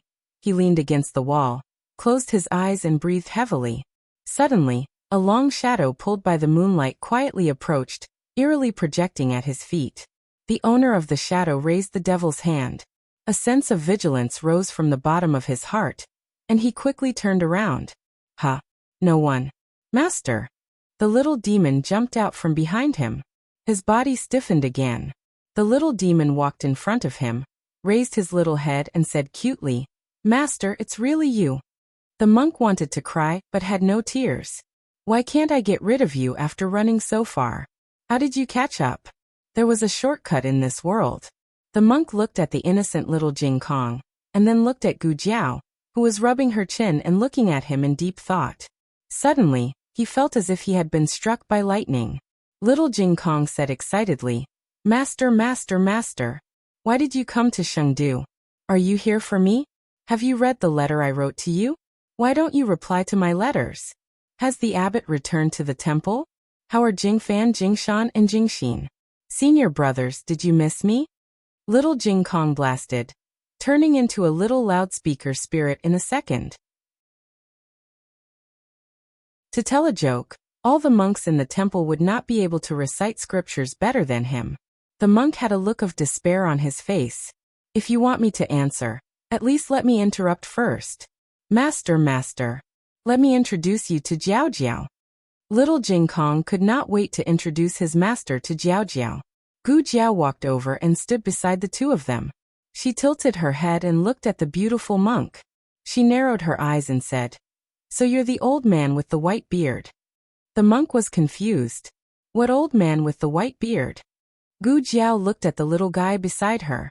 "Jing Kong, didn't you say that your master is an old man?" Little Jing Kong said seriously, "Yes. I'm a little guy, but isn't my master an old man?" He said it himself. "If you don't do it, do you want me to do it?" Little Jing Kong imitated him perfectly. The monk who always found all kinds of excuses to order his disciples to do this, and that in order to slack off was speechless. Ahem. He cleared his throat and made a Buddhist salute with one hand. "Ba, my Buddhist name is Liaochen." Gu Jiao chuckled. On the other side, Xiaoheng met Taoist Qingfeng. He recognized that this was the young Taoist who saved him on the street last time. However, Xiaoheng did not know his true identity, because there was no portrait of Taoist Qingfeng in the library of the State Preceptor Palace. Xiaoheng greeted him. "Taoist, Taoist Qingfeng looked at Xiao Heng and nodded slightly. Then he turned and walked away. Xiao Heng was speechless. Xiao Heng looked at Taoist Qingfeng's back and said thoughtfully, "It seems that he doesn't remember me. He did a good deed and never took it to heart. What a virtuous Taoist." Xiao Heng waited for a while at the entrance of the alley. Gu Jiao led little Jing Kong to him. Little Jing Kong was jumping up and down even more happily than when he came out. Behind them was the young monk who fought with the young Taoist just now. He was wearing a gray monk's robe. He was tall and handsome, and held a string of Buddha beads in his right hand. At this moment he looked like a merciful monk. When he fought with Taoist Qingfeng just now, he looked like a murderous demon. The three of them stopped in front of Xiao Heng. Gu Jiao said to little Jing Kong, "Introduce him to your brother-in-law." Little Jing Kong nodded. He came between Xiao Heng and Liao Chen, and stretched out his gentlemanly hand. "Brother-in-law, this is my master Liao Chen. Master, this is my brother-in-law Xiao Heng." Gu Jiao agreed to introduce Xiao Heng's true identity. Gu Jiao used her original voice to talk to Liao Chen just now. Now that there were many people on the street, she changed her voice to that of a teenager. Xiao Heng was mentally prepared. He greeted politely, "Master Liao Chen." Liao Chen made a proper Buddhist salute. "Benefactor Xiao." The intersection was not a good place to talk. Coincidentally, there was a stall selling dumplings nearby. Little Jing Kong looked at the stall and drooled. They decided to go and have a seat. "A bowl of dumpling wrappers," Gu Jiao said to the stall owner. The stall owner was stunned. This was the first time he met someone who wanted to eat dumpling wrappers. Gu Jiao said, "Use water." The stall owner said, "Okay." Gu Jiao and Xiao Heng were not hungry. Gu Jiao looked at Liao Chen. "Master Liao Chen, what kind of filling do you want to eat?" Xiao Heng looked at Gu Jiao strangely. No matter what kind of filling a dumpling, there was meat in it. It was not a glutinous rice ball. Liao Chen chuckled. "Cabbage and pork filling." Gu Jiao said to the stall owner, "A bowl of cabbage and pork dumplings, a big bowl." The stall owner looked at the monk in front of him, and was even more confused. They sat down at a small square table. Little Jing Kong wanted to sit next to Gu Jiao, so the two of them sat on one side. Xiao Heng and Liao Chen each sat on one side, facing each other. The stall owner boiled a bowl of dumpling wrappers with water, and brought it over. Gu Jiao dripped more than half of the soup, leaving less than a third. She mixed it with vegetable oil, vinegar, and some pickles and handed it to little Jing Kong. Little Jing Kong ate heartily. Liao Chen smiled and said, "Benefactor Gu, you take good care of Jing Kong." It was the kind of kindness that came from the heart. No wonder he did not return the little guy. Gu Jiao said lightly, "It's okay." Xiao Heng looked at Gu Jiao strangely. Did this monk offend Jiao Jiao? Xiao Heng thought carefully. Jiao Jiao was willing to let Jing Kong introduce their real identities, which meant that they were on the same side. Maybe they had offended Jiao Jiao in some small way. Xiao Heng continued politely, "By the way, Master Liao Chen, do you have any grudges or misunderstandings with the Taoist just now?" Liao Chen narrowed his eyes and smiled. "You mean Qingfeng?" "Qingfeng?" Xiao Heng felt that this name was familiar. Gu Jiao said, "He is Taoist Qingfeng of the Feng family, Feng Wuxiu's brother." With that said, Xiao Heng had an impression. It's that 26-year-old martial arts prodigy, the young expert who defeated Han Yi. Han Yi was known as the best master among his peers, but that was only because Taoist Qingfeng did not leave the mountain. Plus, the Han family was used to bragging, so even Han Yi himself believed it. He really thought he was the best. Gu Jiao nodded. "Yes, that's him. Why do you seem to care about him?" With Xiao Heng's temperament, he would not care about the personal affairs of someone he met for the first time, even if one of them was a master from Jing Kong.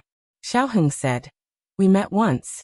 Once, I fell down on the street, and almost got hit by a carriage. It was that Taoist who saved me." "Really?" Gu Jiao looked at Xiao Heng. She had never heard Xiao Heng mention this before. Xiao Heng nodded to Gu Jiao. "He didn't leave his name and I didn't have anything to do, so I didn't mention it. I just went to say hello to him, but he didn't seem to remember me. Maybe he forgot." Liao Chen laughed out loud. "What are you laughing at?" Gu Jiao asked curiously. He didn't forget your husband, he didn't remember him at all. Liaochen smiled gently, his charming peach blossom eyes curving into beautiful arcs. That Taoist, he's face blind. Brother. Around the corner, Feng Wuxiu, who had been waiting for a long time, finally saw his brother. He hurried forward and asked his brother, "Brother, was that man the stinky monk from back then?" "Yes, it was him," Taoist Qingfeng said. Feng Wuxiu said angrily, "That guy still dares to come to Sheng City. Isn't he afraid that the Feng family will tear him apart?" Taoist Qingfeng did not speak. Thinking of something, Feng Wuxiu asked again, "Brother, did you get the thing back?" "The thing?" Gu Jiao looked at Liaochen. "Are you saying that you stole something from Taoist Qingfeng?" "First of all, I didn't steal anything from him." Liaochen spread his hands. "It's not his." Xiaoheng. Gu Jiao. Liaochen sighed. "All right, since you want to know, I'll tell you. Master, here are your dumplings." The owner brought a bowl of steaming dumplings over and placed it on the table. Liaochen picked up his chopsticks and put one into his mouth. He smiled with satisfaction. "It tastes good. It's nothing special. It's just a book. The letter of credence of the Yin Kingdom. It all started a few years ago when Taoist Qingfeng went to the Grand Preceptor Hall to borrow a book. Before Taoist Qingfeng became a monk, he was a student of Canaan Academy. Because of his outstanding talent in martial arts and spells, he attracted the attention of the Grand Preceptor. But because the Grand Preceptor Hall never accepted disciples from aristocratic families, they did not become master and disciple. Later, Taoist Qingfeng became a Taoist priest. The Grand Preceptor still liked him very much, and even made an exception to lend him one of the letters of credence of the Yin Kingdom. He was carrying the letter when Liaochen bumped into him. While he was bathing in the stream at the foot of the mountain, Liaochen secretly took the letter. It would have been fine if he had just stolen something, but to prevent Taoist Qingfeng from catching up, Liaochen even took away his clothes. Without his clothes, Taoist Qingfeng could only sit in the water and wait. When night fell, not a single disciple passed by. That was not strange. Taoist Qingfeng was relieved to change and bathe, because he knew there would not be any disciples or villagers here. Taoist Qingfeng could not stay in the water like a fish for the rest of his life. He had no choice but to go up the mountain in a relaxed manner. His lightness skill was good. As long as he flew fast enough, no one could see him. The Taoist temple had strict rules. They rose at 5 o'clock and rested at 7 o'clock. To be safe, he entered the Taoist temple after 7 o'clock. Everything went smoothly. There was no one in the courtyard or on the path. However, Taoist Qingfeng forgot that it was his birthday that day. In fact, no one in the Taoist temple slept. They knew that senior brother Qingfeng was coming back today. So they all went to Qingfeng's yard and decided to give him a surprise when he came back.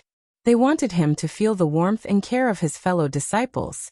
So when Taoist Qingfeng passed all the checkpoints and finally flew back to his courtyard, the disciples who had been waiting for a long time lit up the fireworks in the open space. With a loud bang, the fiery trees and silver flowers danced in the nightless sky and the cool breeze. The disciples in the Taoist temple all witnessed the celestial light reward. Taoist Qingfeng turned around and left.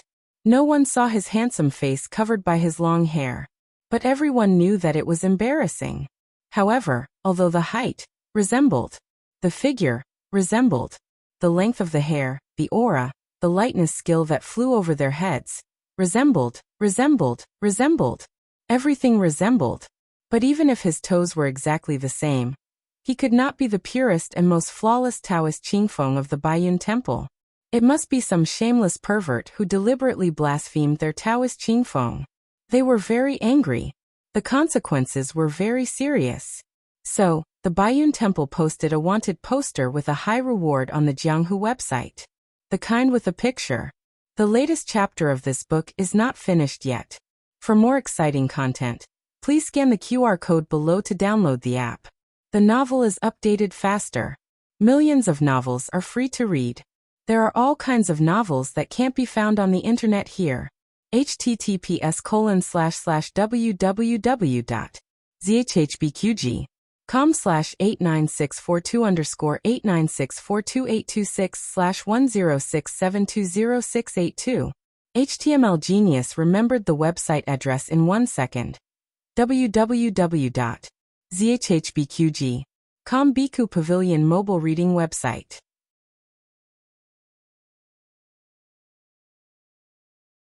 Chapter 749. The latest chapter of this book is not finished yet. For more exciting content, please scan the QR code below to download the app. Novels are updated faster. Millions of novels are free to read. Novels with content that can't be found on the internet are available here. Gu Jiao crossed her arms and looked at Liao Chun. I don't believe that you just stole a book. You must have done something else to make them remember you and come all the way to kill you. Liao Chun put his palms together. Ba, monks don't lie. Gu Jiao looked at his empty bowl. There was not a single dumpling left with cabbage and meat fillings. Even the dumpling soup was gone. Gu Jiao thought. Are you a monk? Master. Where do you live? Little Jing Kong asked. Master. Liao Chun paused and smiled. I have a place to live. You don't have to worry about me. Oh. Little Jing Kong said. No, I just want to ask where you live. If I want to see you, I'll go to you. Liao Chun smiled. No, I'll come to you. Little Jing Kong tilted his head and looked at him. So, will you stay in Chengdu for a long time this time? I'm going to school in Chengdu, and I don't know how long it will take. At the mention of this, Xiao Heng remembered that Liao Chun asked the abbot to bring their admission documents. Who was he? How did he get so many admission documents from the Yan Kingdom? Was he from the Yan Kingdom? If so, why did he become a monk in the Zhao Kingdom? Little Jing Kong was present, and the adults were very restrained. They didn't ask anything that they shouldn't ask, and they just silently complained in their hearts. Little Jing Kong finished his food. He picked up the small bowl and drank the soup. Not a drop was left. No way you ate it so cleanly? Liao Chun was shocked. He looked rounder than when he was in the temple. It didn't look like he wasn't fed well. Little Jing Kong put down the bowl and said to Liao Chun seriously, every grain is hard work. Jiao Jiao said that we can't waste food. Liao Chun curled his lips. After all, she was 2 years older and didn't want to be a colander anymore. In the past, when he was in the temple, he would eat all the way and spill all over the table. Little Jing Kong was sweating profusely. Gu Jiao took out a handkerchief to wipe his sweat and asked, Are you full? Little Jing Kong rolled his eyes and pointed at his little fingers. Jiao Jiao, can I have another box of 1,000-layer pastry? No. Gu Jiao refused immediately. You'll get indigestion if you eat too much at night. This bowl of dumpling wrappers was given to him, because he had exhausted his energy from playing with the young princess. Liao Chun looked at his little disciple with interest. Little disciple, quickly recite the scriptures, quickly reason with them, quickly use your 3-inch tongue to make your opponent dizzy. Can't you talk from dawn to dusk? Little Jing Kong nodded cutely. Okay, Jiao Jiao. Then I'll eat it tomorrow. Liao Chun. Why can't you be so obedient under my name? Gu Jiao touched his round belly. She wanted to see if he could eat a small piece, but she decided against it. He was already a little watermelon. They sat at the stall for a while, then got up to walk on the street to help Little Jing Kong digest his food. Gu Jiao held Little Jing Kong's hand and walked in front. Xiao Heng and Liao Chun followed behind. Little Jing Kong was still the most clingy to Gu Jiao, but Liao Chun's arrival made him feel happy. Liao Chun suddenly said, It's getting late, you should go back. Little Jing Kong stopped and looked back at him. But master, you haven't asked me where I live. Liao Chun smiled gently. Oh really? Where do you live? Little Jing Kong said. I live in the State Preceptor Palace now. I may go back to the academy in a few days. My classes are in the prodigy class of Lingbo Academy, and I eat and sleep in the Linglong Pavilion of Kanglan Women's Academy next door. He explained in detail, as if he was worried that his master would not be able to find him. Liao Chun smiled. Okay, I'll remember it. Liao Chun said goodbye to the three of them, then turned and walked into the alley opposite. Xiao Heng said, Let's go back too.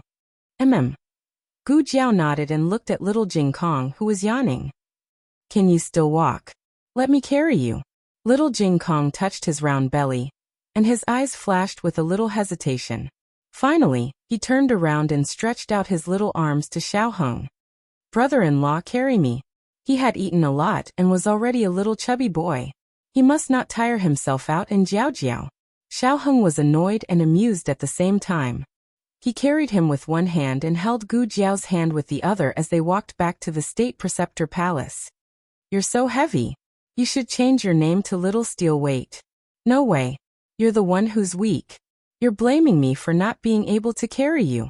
Are you an adult or not? If I'm an adult, then do you admit that you're a child? No, I'm an adult. You're an old man. Then you should carry me. In the alley, Liaochen did not go far.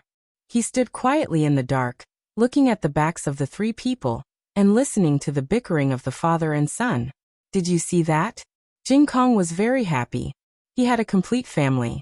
The moon was beautiful tonight. The half-moon hung high above the Milky Way. Liaochen left the noisy market and came to a quiet long street. In sharp contrast to the bustling streets of Sheng City, this place was particularly desolate. This was a place that even the night watchman did not want to come to. It was like a path in the underworld, full of ghosts and vengeful spirits. Liaochen came to a sealed mansion. He stared at it for a long time, then walked up the stairs to the door. The seal had long been broken, and the iron lock was rusty. There were also bloodstains on the door. Liaochen frowned. He looked up at the cracked plaque covered in cobwebs. His fingertips moved as if he wanted to take it down and wipe it clean, but he resisted. He went around to the side of the mansion, and used his lightness skill to easily cross the weeds growing in the cracks of the courtyard wall.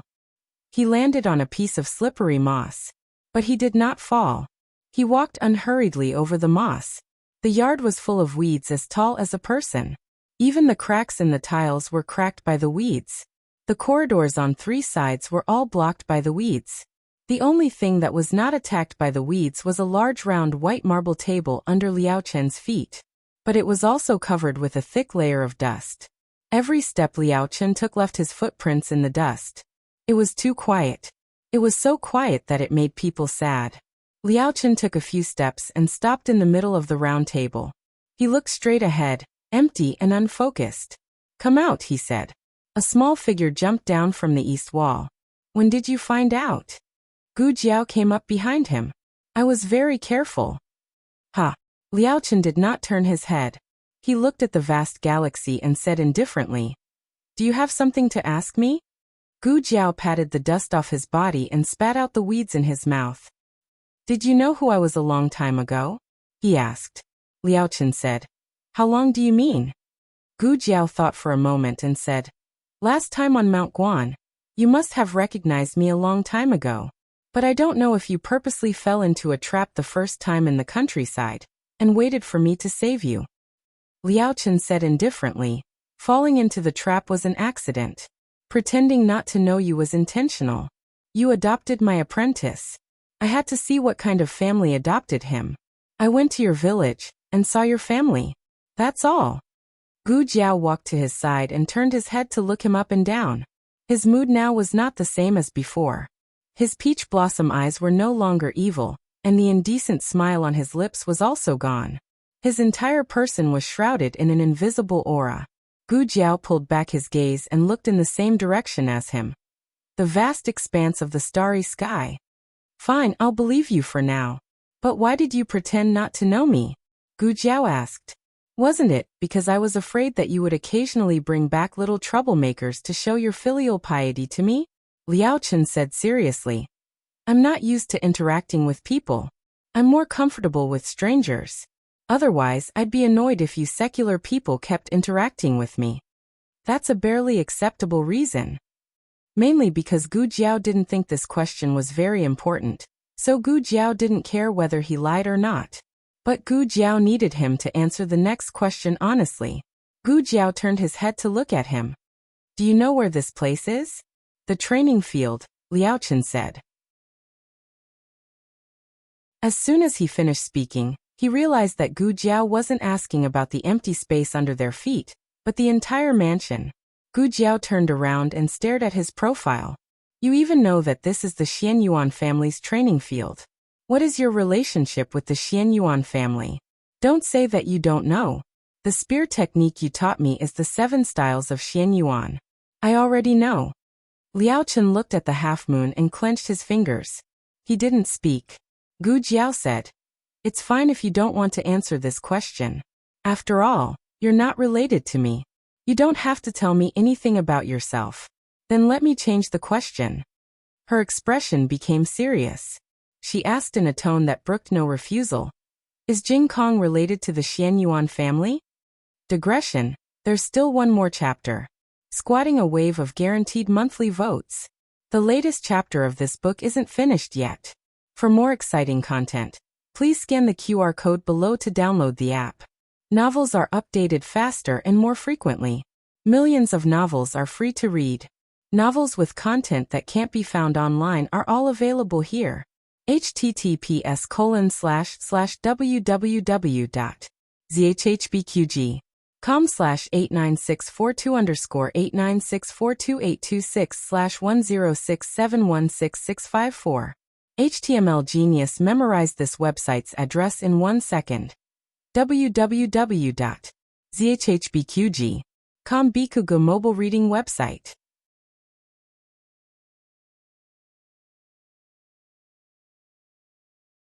Chapter 750. The latest chapter of this book is not finished yet. For more exciting content, please scan the QR code below to download the app. Novels are updated faster. Millions of novels are free to read. Novels with content that can't be found on the internet are available here. Gu Jiao's question was not without reason. She had thought it through on the way here. Before Gu Yan was injured by Nangong Li, the admission papers had been sent to little Jing Kong. In other words, Liao Chen did not know that Gu Yan would be in trouble. He only hoped that they could come to the Yan Kingdom to study. Or more precisely, they accompanied little Jing Kong to study in Chengdu. Little Jing Kong was the most clingy to Gu Jiao. Gu Jiao was arranged to study in the Kanglan Women's Academy. This way, they would not have to be separated. Although Tianqiong Academy was in the outer city, it was the academy with the simplest background. Except for Mu Qingchen and Mu Chuan, no one from the 11 aristocratic families came to study. And Mu Qingchen had not come for a long time. Their classes were separated from Mu Chuan's. This greatly reduced their chances of meeting the aristocratic families.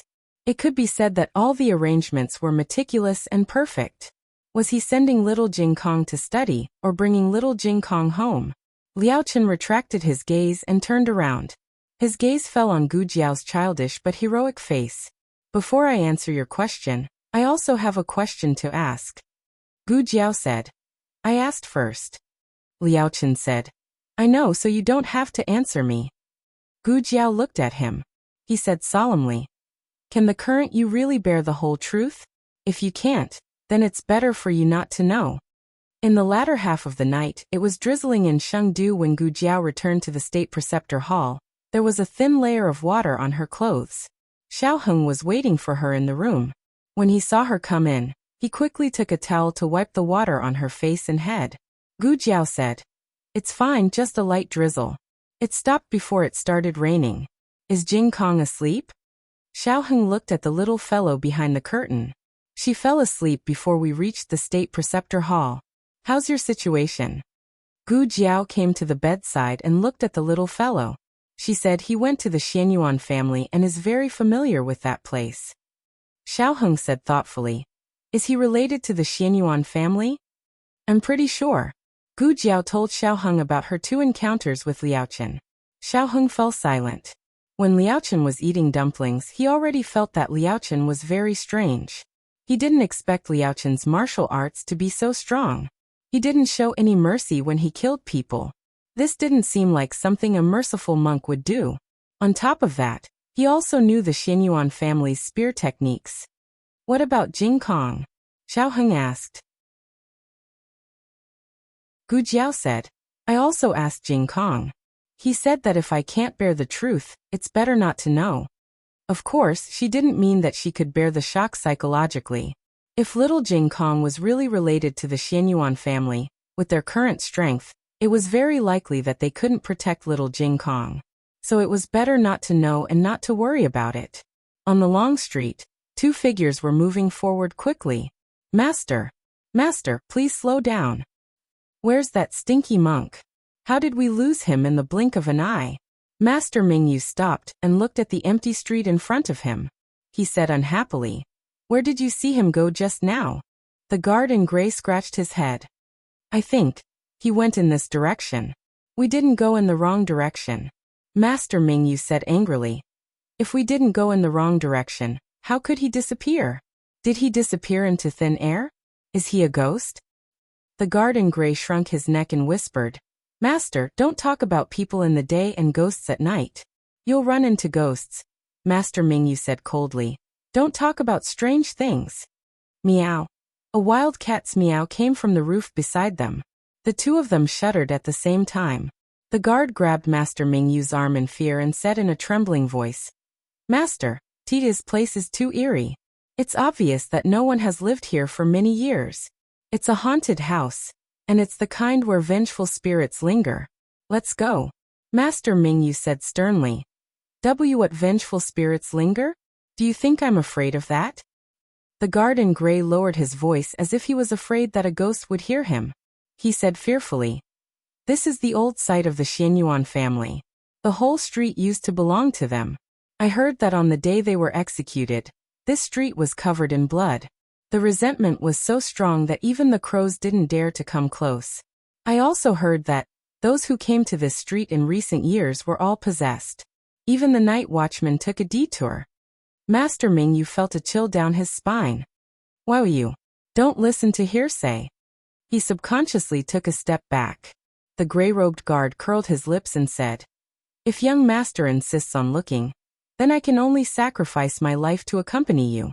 Tell me, where should we start looking? The Xianyuan family's mansion is right in front of us. If not, we'll go there. Do you think we should climb over the wall or break in?" Master Mingyu's throat moved. He said seriously, "The dead. The dead are the most important. What do you mean by climbing over the wall or breaking in? Let's go." After saying that, young Master Mingyu turned around and walked back with quick steps. His pace was so fast that it was as if there was a ghost chasing after him. In the rearguard commandery, Wang Su hadn't been home for a few days. The main reason was that he had to deal with one thing after another. He had just finished dealing with the dethroned princess and the young princess. Now he had to deal with a tough nut to crack, Old Master Mu. Although Old Master Mu was a civil official, his stubbornness was even worse than a general. Wang Su couldn't really torture him. After all, he was old, and he was afraid that he would die if he was beaten.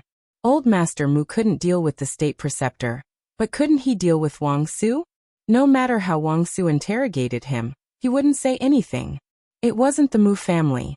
I don't know who bribed the Mu family to frame us. No matter how he asked, it was the same question. It was already dawn. Wang Su felt a headache coming on. "Commandant Guan, His Highness Zhangsun is here." Outside the watchroom, a guard reported. Wang Su hurriedly stood up, tidied up his clothes, and went to the commandant of the left's mansion to greet Xiaoheng. "Greetings to His Highness Zhangsun." Xiaoheng politely raised his hand. "You don't have to be so polite, Lord Wang. Didn't you rest last night?" "Ah yes, I'm investigating a case," Wang Su said. "His Highness Zhangsun, please come inside." He knew how to behave. Xiaoheng followed him to his watchroom and sat on the main seat. A servant served tea. Wang Su asked, "May I know why His Highness Zhangsun suddenly visited the commandant of the left's mansion?" Xiaoheng looked at Wang Su and said, "I'm here for you. Lord Xiao is busy taking care of my mother, so I have to ask you how your injury is." Wang Su, who was suddenly cared for, was moved. He cupped his hands and saluted. "I'm fine. Come to the state preceptor's palace in 3 days to remove the stitches," Xiaoheng said. "Yes." Wang Su responded respectfully. Xiaoheng asked curiously, "Lord Wang's brows are furrowed. Is the progress of the case not going well?" Well, Wang Su couldn't casually mention the details of the case to outsiders. Xiaoheng smiled. "Lord Wang has taught me martial arts for several years. Although I haven't learned a single move, this is my personal problem. It has nothing to do with Lord Wang. For the sake of our friendship, I'll give Lord Wang some advice.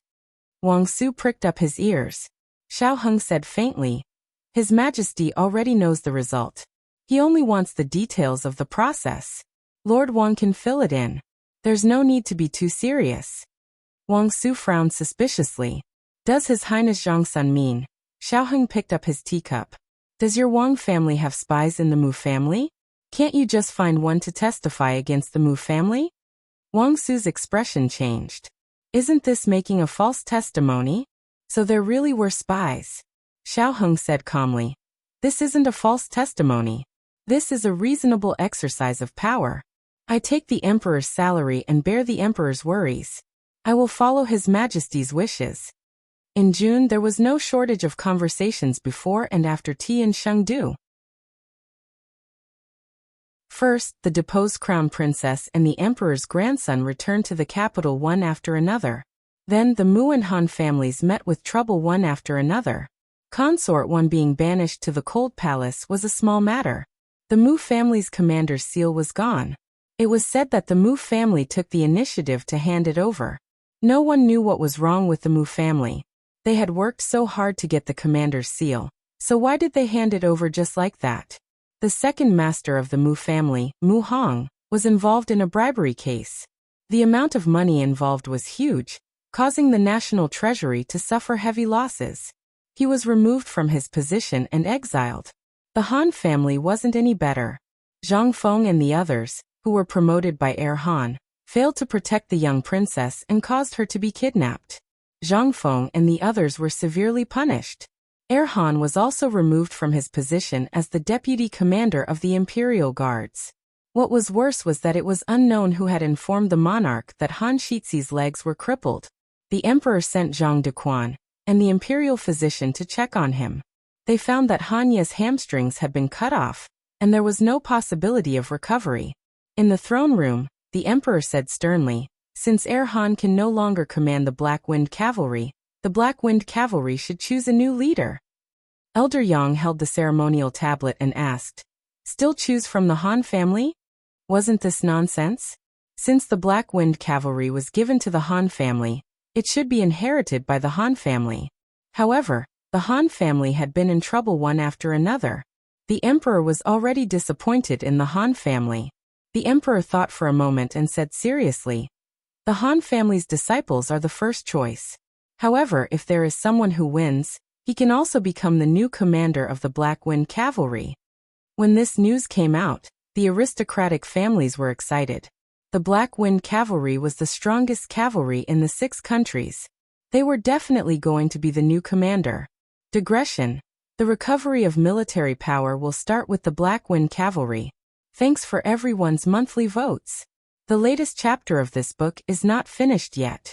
For more exciting content, please scan the QR code below to download the app. Novels are updated faster and more complete. Millions of novels are free to read. Novels that can't be found online are all available here. https://www.zhhbqg.com/89642_8964286/10671248. HTML Genius memorized the website's address. www.zhhbqg.com Bikuj mobile reading website.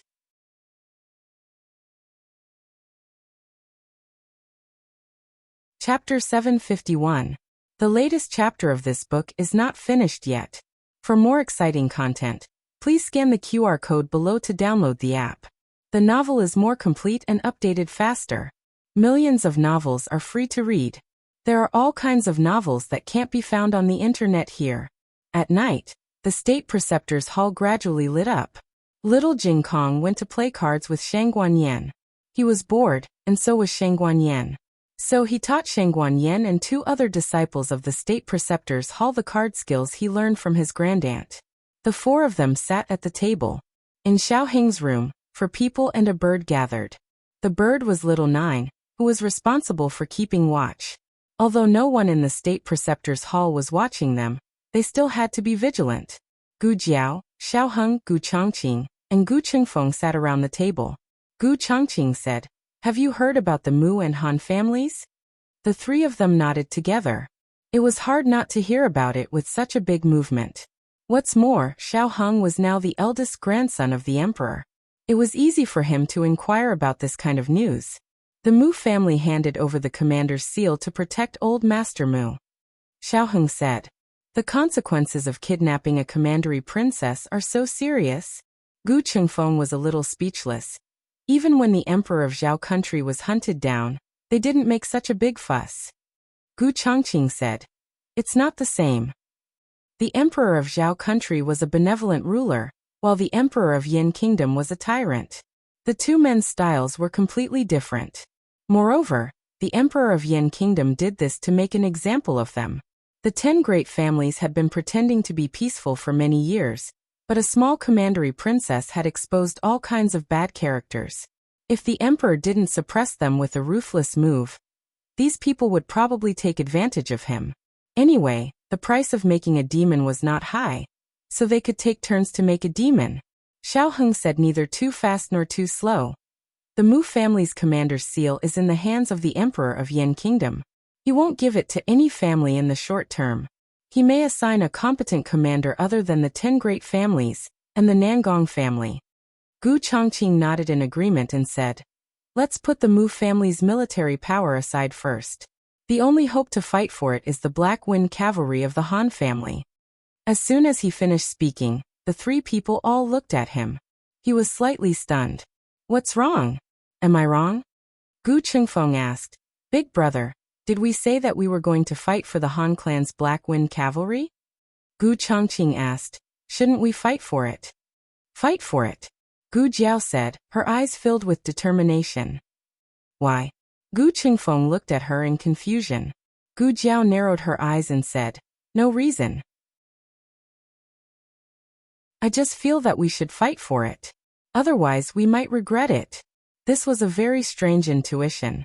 Ever since he suspected that Jing Kong was related to the Xianyuan family, his intuition had become stronger. Fighting for it might be dangerous, but not fighting for it would only be more dangerous. Xiao Heng analyzed. Other than Han Yi, the Han family also has many outstanding disciples. There are many talented people in the family, so their chances of winning are still very high. Moreover, the rules this time are clearly in favor of the Han family. To become a Black Wind cavalry, one had to go through 3 competitions. 2 of them were related to horsemanship and war horses were the Han family's strengths. Even if the advantage was in the Han family's favor, His Majesty still wanted to win against many of the Han family's disciples. What did many mean? It meant that a narrow victory was not enough, it had to be a complete victory. A victory that everyone was convinced of. A victory that no one could say anything about. He paused and looked at Gu Changqing. "What's the Han family's plan?" Gu Changqing answered. "The Han family has chosen 10 disciples. Some are from the main family, and some are from the collateral family." Gu Qingfeng's eyes widened. "So many? Isn't it said that each family can only have 2 spots?" Xiao Heng said.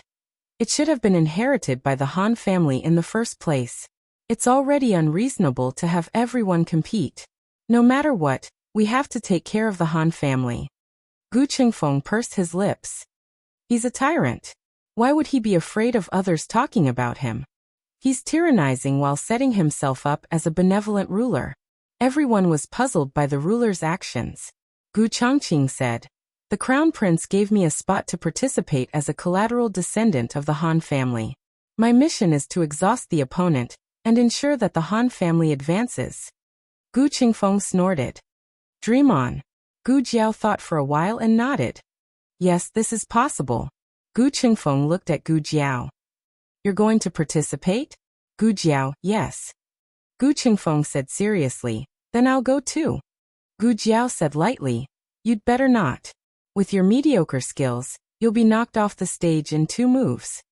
Gu Qingfeng was furious. "Who are you looking down on?" "I'll go," Gu Jiao said. Gu Changqing glanced at his sister and wanted to say something but stopped. Gu Jiao asked strangely, "What's wrong?" Gu Changqing said, "Have you been in the Yin kingdom for too long and forgotten that you're actually from the Zhao kingdom?" The Yin Kingdom only allowed its own people to participate in the cavalry selection. Gu Jiao. Oh, I really forgot. Purple bamboo forest. A disciple was sweeping the fallen leaves in the front yard of the small bamboo house. Gu Jiao walked over. She looked around the yard for a while and didn't see anything special. She called the disciple, "Little master." The disciple stopped his work and turned around. Seeing that it was Gu Jiao, he greeted politely, "Young Master Xiao. You still remember me?" Gu Jiao smiled. "Is the state preceptor here?" The disciple smiled shyly. "He just went out." It was strange. It was a man smiling at him. Why was he shy? Gu Jiao raised her eyebrows. "Oh, when will he be back?" The disciple said. "It won't be long. The state preceptor didn't let us take away his chessboard. He should come back later." Gu Jiao said, "Thank you." Then she didn't say anything and waited silently. The disciple swept the fallen leaves and said again, "Young Master Xiao, are you waiting here for the state preceptor?" Gu Jiao said, "Yes, I have something to ask him." The disciple said, "Then please come in and wait." Wait in the room? Gu Jiao walked into the yard and left her shoes on the steps. Wearing white footwear, she stepped on the spotless floor and entered the central room. The disciple invited her to sit on the guest cushion and poured her a cup of herbal tea. "Young Master Xiao, please have some tea." Gu Jiao took the cup. "Thank you. You don't have to serve me. I'll wait by myself. You can go. Young Master Xiao, please." After that, the disciple opened the curtain and walked out. Gu Jiao touched her chin. He didn't even say anything. Why did he trust her so much? It would be strange if Gu Jiao sat here obediently. It wasn't easy to come to the state preceptor's nest. How could she not pay a deep visit? At present, there was only one disciple in the yard. He was carefully sweeping the yard. He had only swept a small part of the yard and couldn't finish it in a short time. Gu Jiao stood up quietly and walked around the central room. The central room was empty. There was nothing to provide any information. However, there was a small study on the east side. Gu Jiao quietly pushed open the door of the study, and the smell of books assailed her nostrils. The window was open and the light was good. The furnishings were simple. There was only a row of bookshelves, a bookcase, a desk, and a cabinet. Gu Jiao learned the language of the Yin Kingdom well. She could read it without any difficulties. However, these were all the Analects of Confucius and the Book of Songs, which gave her a headache. Soon, she was attracted by the toys on the cabinet. Yes, they were toys. There were many wooden knives, wooden swords, small bows and arrows, small meteor hammers, small 9-section whips, and small red tasseled spears. No way. Even the exclusive small weapons she made for little Jing Kong didn't have such a complete set. Was the state preceptor so childlike? Who did he make them for? Not long after, Gu Jiao found a picture album nailed up beside the small weapons. She thought that the state preceptor collected famous paintings and calligraphy. However, when she opened it, she found that it was all children's doodles. What's this?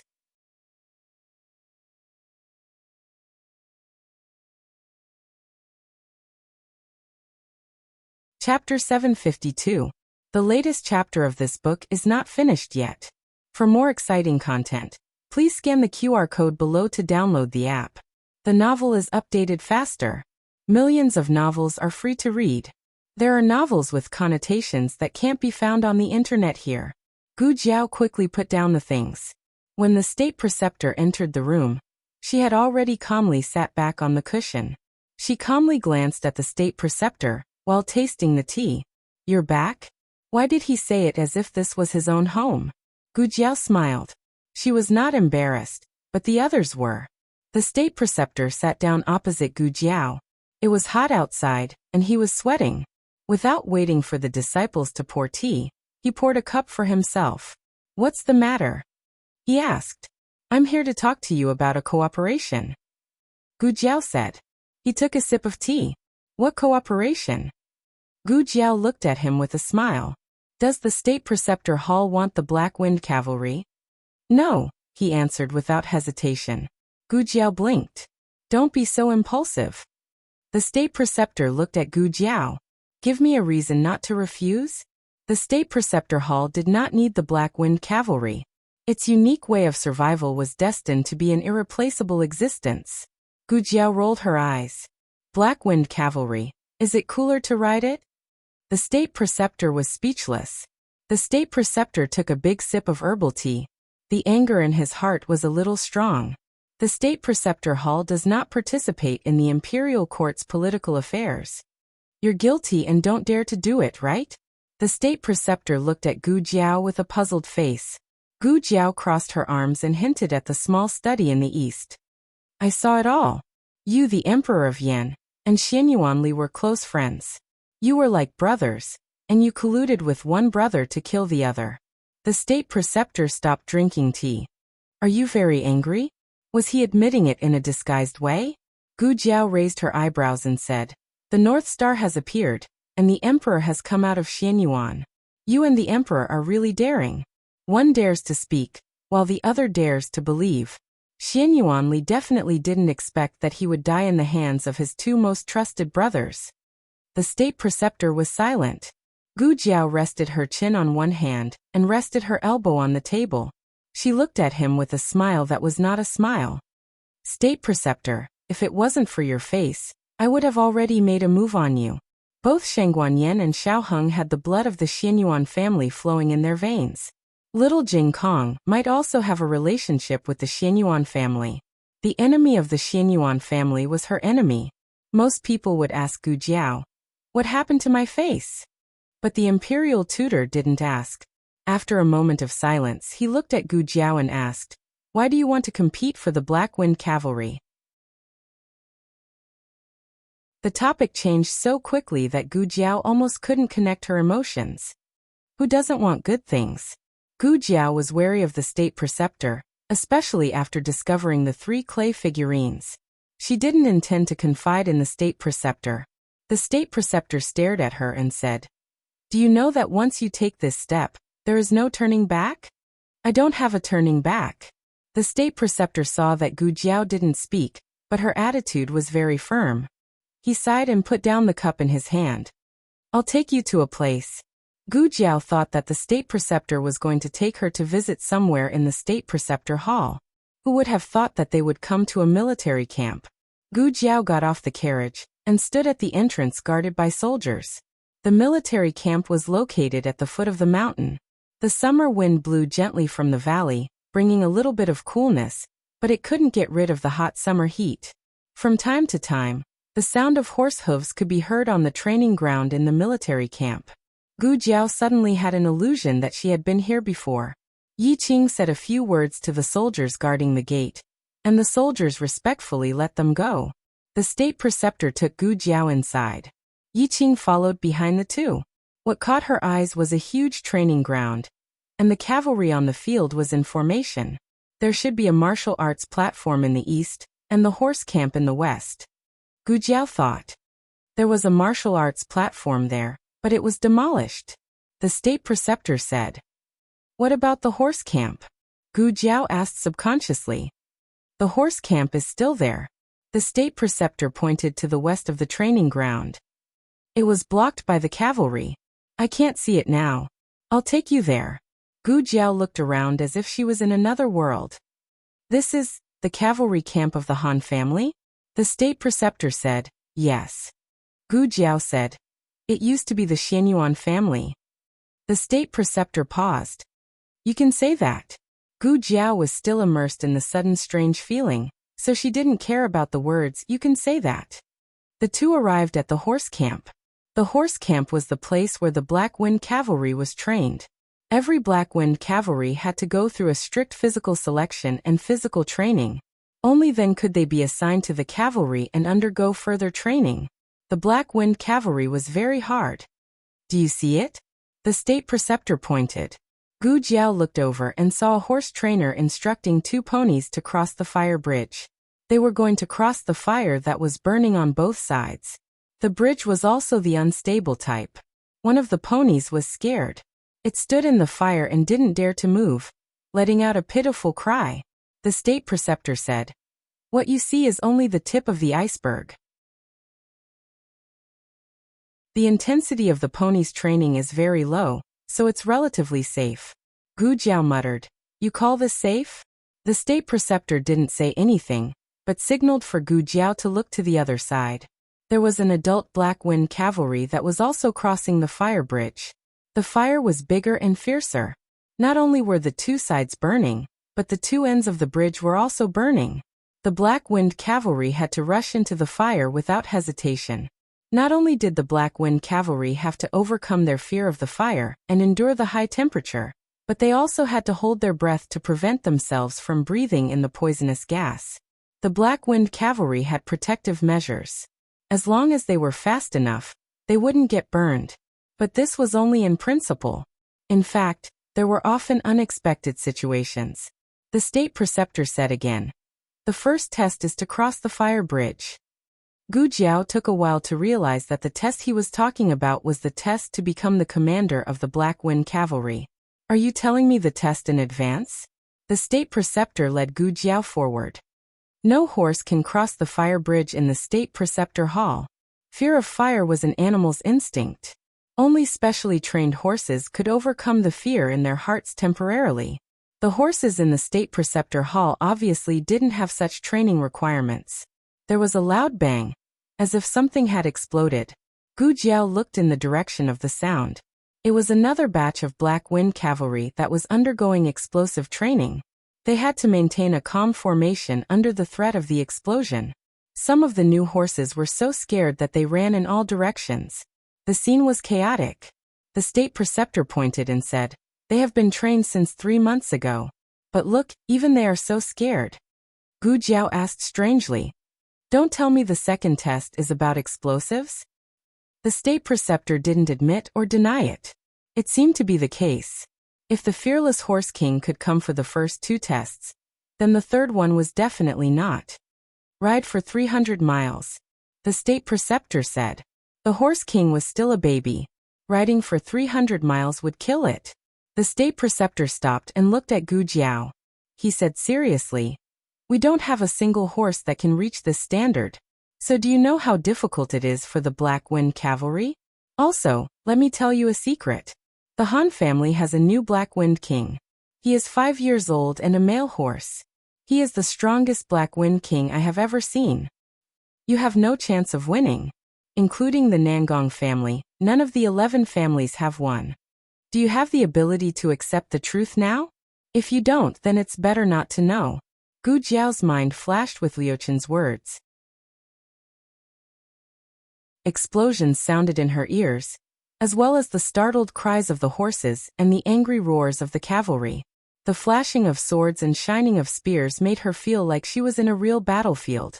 Liu Chen's voice and the sounds of the battlefield intertwined endlessly in her mind. Her chest swelled as if there was some strong emotion that wanted to rush out. She clenched her fingers and said, I want to go. The state preceptor's eyes flashed with complex emotions. Tomorrow, I will let Yi Qing choose the best horse for you. No need.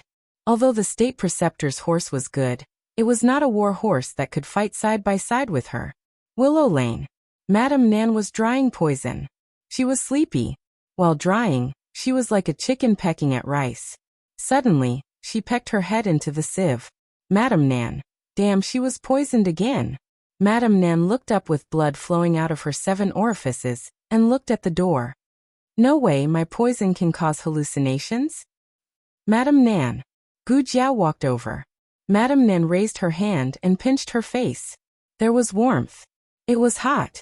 It was not a hallucination. Jiao Jiao really had returned. Madame Nan immediately forgot that she had been poisoned and said with a smile, Why have you returned so quickly? Wasn't it said that Ahing's mother's injuries had not yet healed, and that she would need to stay in the state preceptor's hall for a few more days? What had happened in the state preceptor's hall, Gu Qingfeng had already come to tell them about it. The things that needed to be shocked had already been shocked. They were more concerned about the future situation of the 2 children. Gu Jiao said, I came back for a few matters. Are A Yen and the others not here? Madame Nan said, Elder Meng went to walk his horse. A Yen and Xiaoshan went with their master to cut wood. I am the only one at home. They just left and will not be back so quickly. Are you hungry? I will go make something for you to eat. Madame Nan, you. Gu Jiao pointed at the poisonous blood on her face. Madame Nan was bleeding from all 7 orifices and smiled. Do you want to eat noodles or dumplings? My cooking skills have improved greatly recently. How about I bake a cake for you? Just as she said this, Madame Nan fell to the ground with a thump. Gu Jiao facepalmed. You've been poisoned, Madame Nan. Gu Jiao helplessly shook her head and carried Madame Nan back into the room. She picked up the antidote on the table and gave it to her. She pulled out a bottle and placed it on the bedside table. Inside was Gu Chongqing's blood. She had left a note. She opened the drawer and counted the nutrients that she had left for the Black Wind King. There were less than 2 left. The Black Wind King still refused to eat. Was it only relying on nutrients to maintain its body? Gu Jiao arrived in the backyard. The red-tasseled spear stood under the scorching sun. The Black Wind King at the side had become much thinner. It lay on the ground and had completely lost its will to fight. It was like an old horse waiting for death. It saw Gu Jiao arrive, but it was indifferent. It had lost its passion and interest in everything. Gu Jiao knelt down in front of it like a knight and patted its head. I need you. I need you to stand up. I need you to return to the battlefield. I need you to fight by my side. Not master and mount, but comrades and companions. The Black Wind King did not respond. It wanted to die for its master. It could no longer hear anything from the outside world. Gu Jiao felt sorrow from the bottom of her heart. How strange. She actually had the emotions of a normal person. She gently patted the Black Wind King's head and no longer forced it. Everyone could make their own choices. Horses were the same. Gu Jiao thought that she should send the Black Wind King away. She patted the Black Wind King's head comfortingly, and unconsciously began to sing a war song. Qiue Wui, together with you. Wang Yu, fix my spear. Together with you. Qiue Wui, together with you. Wang Yu, fix my spear. Together with you. On the roof of the Xianyuan family, Liao Chen's heart suddenly skipped a beat. He put his hands behind his back and looked at the boundless sky. He muttered, Qiue Wui, together with you. Wang Yu, fix my armor and soldiers. Together with you. In the military camp, the soldiers sat on the ground eating cold steamed buns. Someone spoke first, Qiue Wui, together with you. The hoarse voice was like a broken bellows. It was not pleasant to hear. But soon, someone else started to sing with him. In the tent, General Han frowned. What's going on? The deputy general said in shock. It's the Xianyuan family's war song. The Xianyuan family always sang the war song before going to war. They also sang the war song when sending off their comrades. But ever since the 4 great families took over the Xianyuan family's forces, they never allowed the soldiers to sing the Xianyuan family's war song. Qiue Wui, together with you. Wang Yu, fix my spear. Together with you. The entire military camp was filled with the Xianyuan family's war song. The hoarse voice was choked with emotions. It soared into the sky and shook the vast ocean. Gu Jiao said goodbye to the Black Wind King and pulled out the red-tasseled spear. Regardless of whether the Black Wind King was there or not, she had to return to her battlefield. When she walked to the door, she suddenly heard some movement behind her. Gu Jiao was stunned. She turned around and saw the Black Wind King, who had lost her will to fight, slowly stand up. Her eyes were filled with fighting spirit. She was the only female horse in the Great Yen, the Black Wind King. She had a legendary life. Her achievements were far beyond the reach of thousands of horses. At 16 years old, she was old and should retire from the stage of history. Her time was over. But no one knew that her legend had officially begun at this moment. Digression, just a few more votes. Little cuties, make up the numbers. The latest chapter of this book is not finished yet. For more exciting content, please scan the QR code below to download the app. Novels are updated faster. Millions of novels are free to read. Novels with content that you can't find online are all available here. https://www.zhhbqg.com/89642_8964286/1066696328. HTML Genius memorized this website's address. www.zhhbqg.com Bikuga mobile reading website.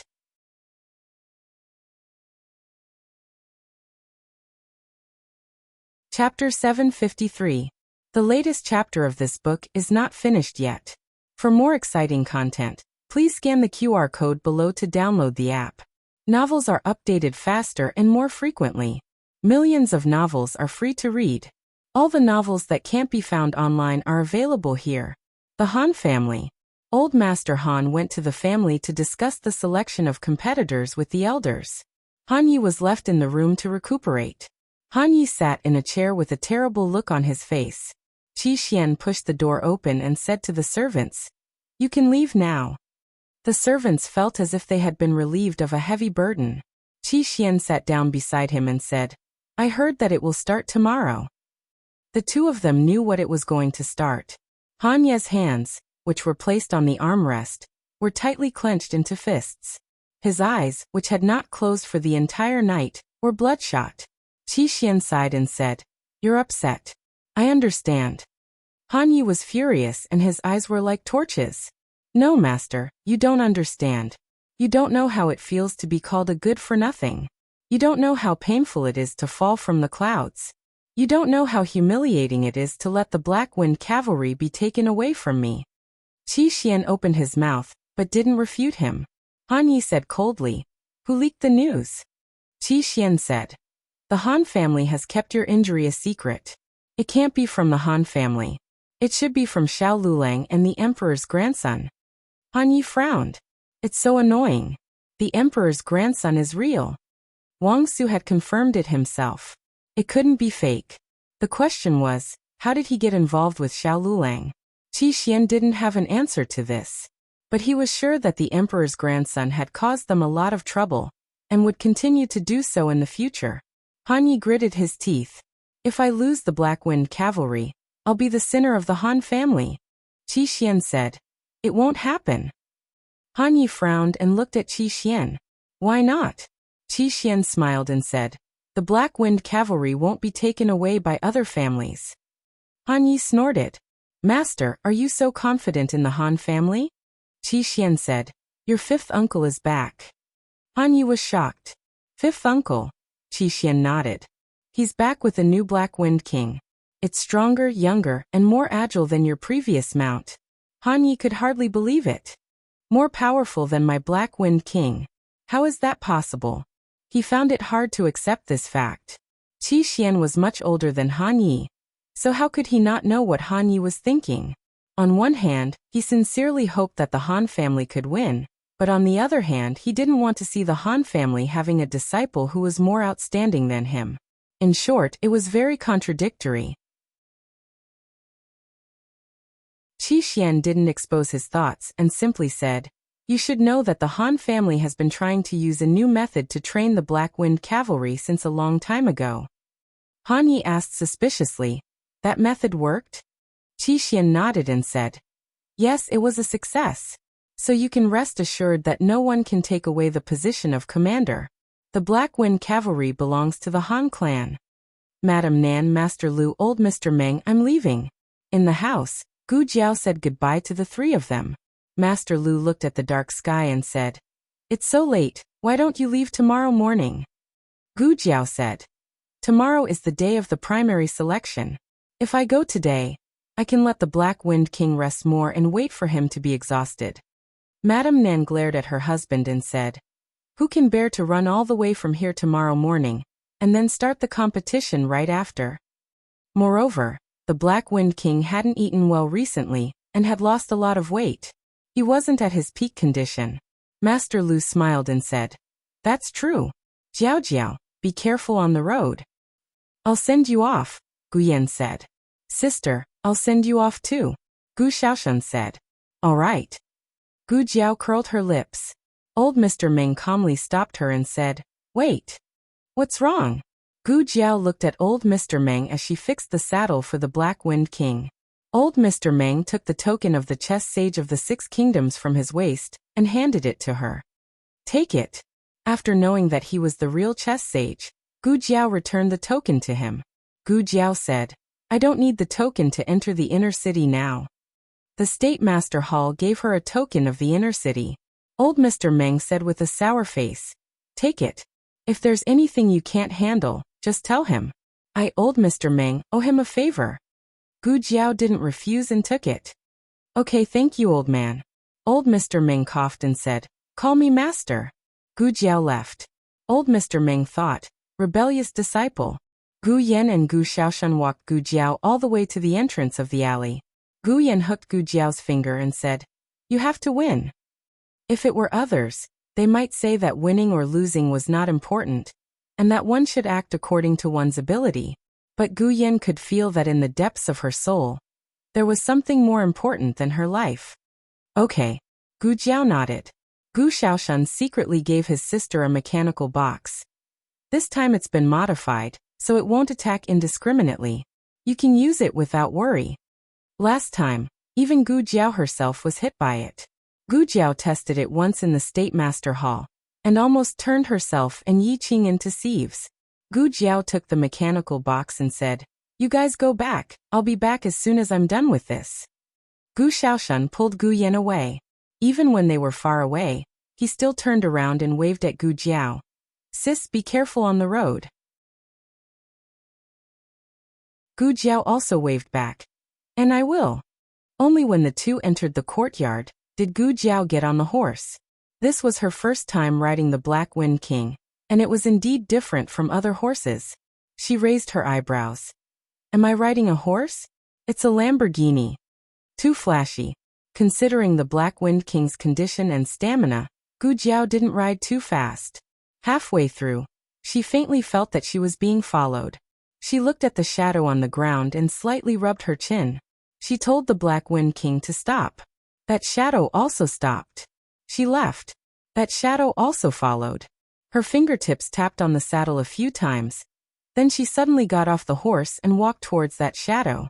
The horse panicked and buried its head into the grass on the side of the road. "Can't see me, can't see me, can't see me, Gu Jiao." Little Jing Kong refused to sleep. He wanted to wait for Jiao Jiao to come back. He wasn't satisfied with waiting in the Qilin Hall, so he directly ran to the State Master Hall's entrance. Xiao Heng helplessly followed. One big and one small waited in front of the State Master Hall's entrance like a rock. Finally Gu Jiao came. With two horses. The Black Wind King and the Horse King. The moment little Jing Kong saw the Horse King, his eyes lit up. "Wow. Little Shi. Jiao Jiao, you brought little Shi here." The Horse King's body trembled. It was so frightened that its legs almost fell off. Why is this little brat here? Is it too late to escape now?" Little Jing Kong's gaze was attracted by the Black Wind King. He realized that this was not the horse from his family. The horse at home was not so tall and majestic. Little Jing Kong was like a small spore in front of the Black Wind King. He looked at a towering tree and exclaimed, "Wow!" He looked at the Black Wind King in amazement. The Black Wind King also looked at him curiously. After a while, it took 2 steps towards him and sniffed his scent. It was just like how it sniffed the red tasseled spear in the backyard. "It likes you very much," Gu Jiao said to little Jing Kong. "It doesn't have a name yet. Do you want to give it a name?" The Horse King's morale was immediately boosted. "I have a little brother now." Little Jing Kong tilted his head and said, "Boss." The Horse King's face immediately fell. Xiao Heng reached out to Gu Jiao, and Gu Jiao jumped off the horse. Xiao Heng looked deeply at the Black Wind King. "It is," Gu Jiao nodded. "It is." Little Jing Kong led the 2 horses happily into the State Preceptor Palace. Xiao Heng looked at the back of the Black Wind King and said, "It has been starving for too long. It seems to be a bit weak. Is it really okay?" Gu Jiao looked at the Black Wind King walking silently in the dark and said with certainty, "I believe in it." Early the next morning, Gu Jiao saw Yi Qing in the Qilin Palace. Yi Qing first greeted Xiao Heng, who sent Gu Jiao here. "Your Highness Zhangsun." Then he said to Gu Jiao, "Master asked me to send Mr. Xiao to the primary election. I have already signed you up. This is the token." "Oh," Gu Jiao replied, took it, and put it into her pocket. Yi Qing was stunned. Gu Jiao rode the Black Wind King out of the State Preceptor Palace. The location of the primary election was the Han family's Black Wind camp that the state preceptor took Gu Jiao to yesterday. There were many people who came to participate. In addition to the children of the aristocratic families, there were also many children of poor families who had letters of recommendation. Most of the letters were from the academies or the government offices in Chengdu. Most people would be eliminated in the primary election. But most of them were not the children of the top 10 aristocratic families, or the Nangong family. First, the background of the aristocratic families was a consideration. Second, the children selected by the aristocratic families were indeed not ordinary people. They were all the pillars of the family that spent a lot of money and resources to cultivate. In the case of talent and diligence, how could they lose to 10 years of hard work after 100 years of foundation, and several generations of accumulation? If the children of poor families wanted to stand out, ordinary talent was not enough. They had to be talented, 1 in 10,000, and they had to put in unimaginable effort. Gu Jiao saw Gu Changqing from afar. Gu Changqing was with the crown prince, so it was not convenient for him to come over. He only exchanged glances with Gu Jiao for a moment, then followed the crown prince into the camp. The children of the Han family had privileges. Therefore, while others were waiting in line, Gu Changqing went to familiarize himself with the venue first. Yi Qing said to Gu Jiao, "I won't go in. I will wait for Mr. Xiao outside." The people of the state preceptor palace did not participate in the military power. Sending Gu Jiao to the door was already the limit. If he went in to accompany Gu Jiao, he was afraid that he would be criticized. Gu Jiao nodded. After Yi Qing left, Gu Jiao rubbed the head of the Black Wind King and said, "Are you ready?" The Black Wind King impatiently took a few steps forward and let out 2 heavy breaths, as if responding to Gu Jiao. Gu Jiao's lips curled up. She tightened the reins and looked forward. "Let's go." The preliminary selection was on a training ground in the west of the Black Wind camp. The selection process was not complicated. In the center of the ground, there were 6 man-made iron bridges, 5 feet wide and 2 feet long. The iron chains on both sides of the bridges were burning. At first glance, they were 6 blazing bridges of fire. The candidates needed to ride a horse across the fire bridges, walk on a small path buried with black gunpowder, and make a sharp turn onto a wooden platform about the height of a person. The last person to stay on the platform would advance. It was worth mentioning that during the whole process, the cavalry could not dismount in any way, otherwise they would be disqualified. Gu Jiao went to draw lots. 6 people in a group. She was number 36, the group in the morning. Gu Changqing was number 6. When Gu Jiao entered, he had just finished his competition. He rode a black wind mount, and his riding and martial arts skills were excellent, so he advanced without any suspense. Gu Jiao was not so lucky. She met both the Han family and Feng family in the first round. The Han family sent Han Che, who rode a fierce and vigorous black wind mount. The Feng family sent a branch family member, who was also a rare expert. Although his horse was not a black wind mount, it was still very fierce and fierce. Adding on his strong internal energy, he could use his own internal energy to stabilize his mount when necessary. The other 3 were also top experts. 2 of them even spent a lot of money to borrow the Han family's black wind mounts. Everyone else's preliminaries were normal, but Gu Jiao's first round was hell. Gu Jiao had a toothache. Han Che stood on the first track and arrogantly said, "Is there one more person who's not coming? How long do we have to wait? I don't think he's scared and wants to forfeit. I advise you guys to forfeit as well. How confident are you to compete with the Han family for the Black Wind mount? No, how big of a misunderstanding is there?" The Feng family expert coldly said, Stop talking nonsense. We'll see later." Han Che snorted. "You overestimate yourself. The Black Wind mount he chose was the fiercest horse other than the new Black Wind King. This challenge was not as difficult as the usual training. He was definitely going to win. As soon as he thought about it, he felt his mount move a few times without him giving any orders. The Feng family expert's horse also moved a few steps. The other 2 Black Wind mounts also moved uneasily. "Don't scare my horse," the Feng family expert said to Han Che. Han Che unhappily said, "If you're afraid of being scared, then stay away from me. I even suspected that you used your internal energy to scare my horse. The restlessness of the horses began to increase. Not only were the horses like this, but Han Che also noticed that the horses waiting or resting were also restless, as if they felt some kind of suppression from their bloodline. Han Che frowned. In the next second, a strong murderous aura enveloped him from behind. Almost at the same time he heard someone exclaim, "Black Wind King? The Han family's Black Wind King is here." Black Wind King? His fifth uncle was here? Han Che quickly turned around.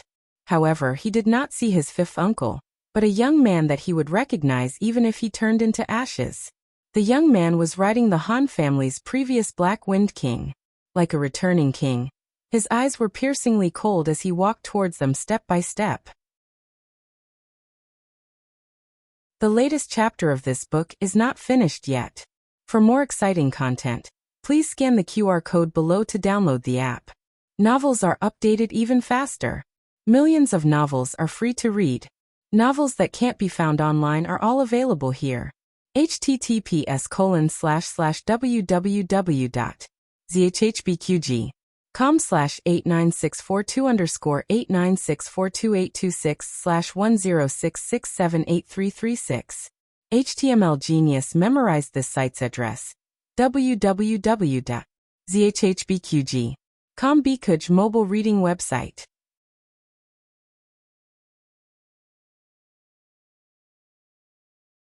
Chapter 754. The latest chapter of this book is not finished yet. For more exciting content, please scan the QR code below to download the app. Novels are updated faster and more frequently. Millions of novels are free to read. Novels that can't be found online are all available here. The rest of the people present didn't know that Black Wind King had retired, but Han Yi knew very well. This horse was old and couldn't fight anymore. Plus, it went crazy looking for its previous owner, and was judged to have no military value by the Han family. The Han family announced that it was retired. In reality, they didn't want it anymore, and left it to fend for itself. According to Chu Nan, when it found out that its previous owner was never coming back, it wouldn't hesitate to sacrifice itself. After so many days, it was starving to death. Why was it standing in front of him all of a sudden? No, it wasn't all of a sudden. It had lost a lot of weight. Han Che had always envied his elder brother's mount, and dreamed of riding it himself. He went to see it every few days, so he was very familiar with its appearance. He suddenly understood that Xiao Lulang must have picked up the horse. Xiao Lulang was a doctor, who knew what method he used to prolong Black Wind King's life. Unfortunately, Black Wind King had lost its will to fight. So what if its life was prolonged? He was nothing more than a walking corpse. Han Che, who figured it all out, didn't have a trace of fear in his heart. Instead, it was replaced by endless ridicule and disdain. I was wondering who it was. So it's you, Xiao Lulang. He rode on his Black Wind mount and looked at Gu Jiao's handsome face with the red birthmark. He said sarcastically, "You don't have money to buy a horse, so you stole our Han family's old Black Wind King?" As soon as these words came out, everyone was shocked. What? Stole? His Black Wind King was stolen? I was wondering, it's obviously Heir Han's mount. How did it end up in this kid's hands? The cavalry contestants began to whisper among themselves. A horse to a cavalry was like a weapon to an expert. Everyone wanted to have the best. However, they often couldn't obtain the best things, and they definitely didn't want their opponents to obtain them. If it belonged to someone that everyone could only look up to, then everyone's hearts would still be balanced. However, once it was snatched away by an ordinary person, this balance would be instantly broken. So it was stolen. The realization made them feel a little better. Unfortunately, Gu Jiao's existence was not to satisfy some people's self-consolation. She was here to shatter their fantasies. Gu Jiao said calmly, "The Black Wind King of your Han family? Why don't you try calling it and see if it responds?" Han Che choked. He stared at the horse on Gu Jiao's back and said seriously, "Black Wind King, come here." The Black Wind King didn't move. "Black Wind King," Han Che ordered again. The Black Wind King remained as still as a mountain. Han Che frowned. Strangely, this horse was not usually so indifferent to him. It did not allow him to ride it, but at least it gave him some response. Han Che racked his brain and suddenly had an idea. Horseshoe. The horseshoe on its feet belongs to our Han family. Gu Jiao patted the Black Wind King and said, "Come on, boss. Raise your horseshoe and let this blind man see it." Han Che was furious. "Who are you calling blind?" The Black Wind King raised its own hoof. It no longer had the horseshoe on its feet. It was a new one from the State Preceptor Hall. If he had the guts, he would go and argue with the State Preceptor Hall, and see if it was the State Preceptor Hall that stole their horse. Han Che gritted his teeth and changed the direction of his attack. "Xiao Lulang, you don't have the right to participate." Gu Jiao raised her eyebrows. "I'm qualified to be here. Speaking of which, didn't your Han family also hire someone to pretend to be a collateral descendant?" "You." Han Che choked with guilt. On the other side, his father's lieutenant shook his head slightly, indicating that he should not be led by the nose by Xiao Lulang. The more he said, the more it would prove that the Black Wind King belonged to Xiao Lulang. Xiao Lulang's every move seemed to be an answer to Han Che's doubts, but in reality, Han Che had fallen into his trap. Han Che took a deep breath and forced himself to calm down. He snorted disdainfully. "What are you so proud of? It's just an old horse abandoned by our Han family. We already have a new Black Wind King. You can have this old piece of trash if you want to." "So it's an old horse. I heard that the Black Wind King was retired. Isn't it a little too cruel to throw it away after it's retired?" "I heard that it ran away on its own. It was obviously stolen by this brat." "That's enough. That's not important. Is this brat crazy to bring an old horse to participate in the competition?" A 16-year-old horse was already useless. If it was in the Han family, an excellent trainer might have been able to prolong its service life. However, in the hands of an ordinary brat, it was no different from a piece of trash.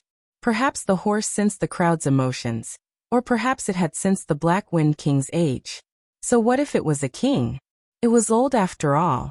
Young and strong horses were the true victors of the battlefield. The battlefield belonged to them. "Get ready." Following the examiner's shout, everyone stood in front of their own fire bridge. In a sense, the cavalry on both sides had a slight advantage. They were only affected by one side. The cavalry in the middle was like a pincer attack, which affected the horses the most. Gu Jiao was on the third fire bridge. On her left was an expert from the Feng family, and on her right was another expert riding a Black Wind Rider.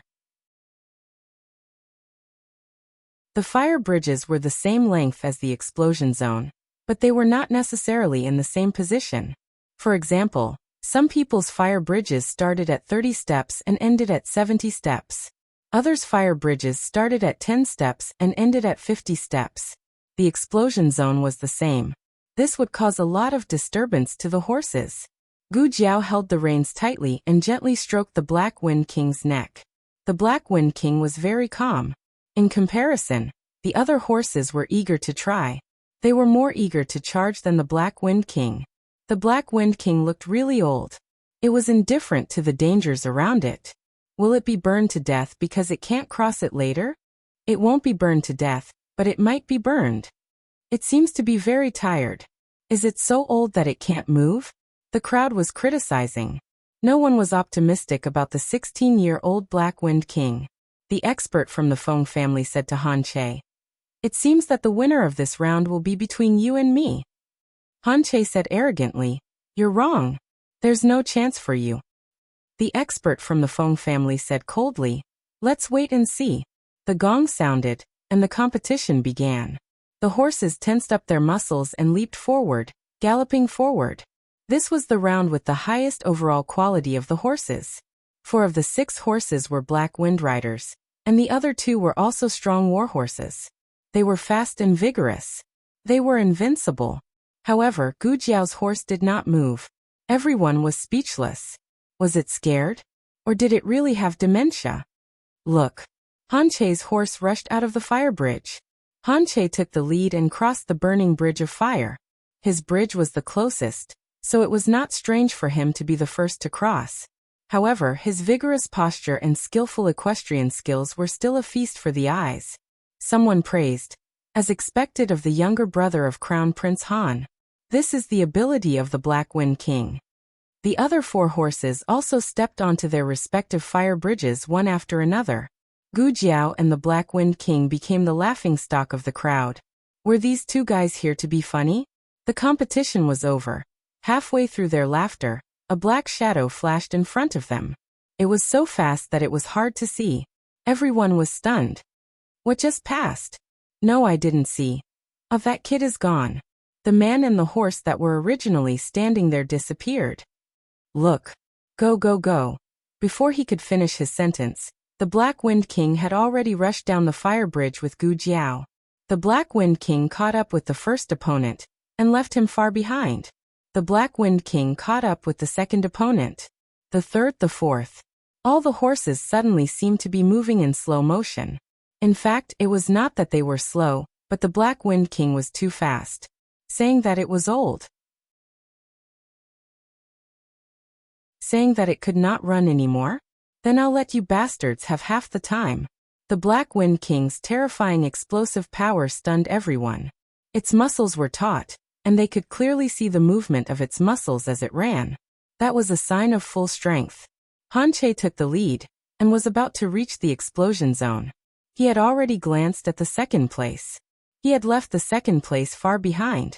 He would definitely be the first. Bang! Han Che's heart skipped a beat when he heard a loud noise. The Black Wind King was not startled. After all, they were trained. However, Han Che was not mentally prepared, and almost fell off his horse. Who the hell? Han Che turned his head to look. Whoosh! Before Han Che could see it clearly, the Black Wind King had already rushed into the explosion zone of the third track. The sound of explosions intertwined, smoke billowed, and dust flew. The Black Wind King was too fast, so the frequency of the explosions was also high. It was as if a whip had been lit, and a series of crackling sounds were heard. The rhythm of the entire arena was messed up. The 2 horses were in a mess. One ran off the track, and the other caused the rider to fall off. Both of them were eliminated. The Feng family's expert used his internal energy to stabilize the frightened horses, but it did not take long before they entered the explosion zone. Han Che also entered the explosion zone at the same time. There was another round of crackling sounds. Another horse scampered out of the race in fright. The Black Wind King was not affected in the slightest. It ran as fast as lightning, leaving Han Che and the Feng experts far behind. Even if they were injected with chicken blood, they would not be able to catch up.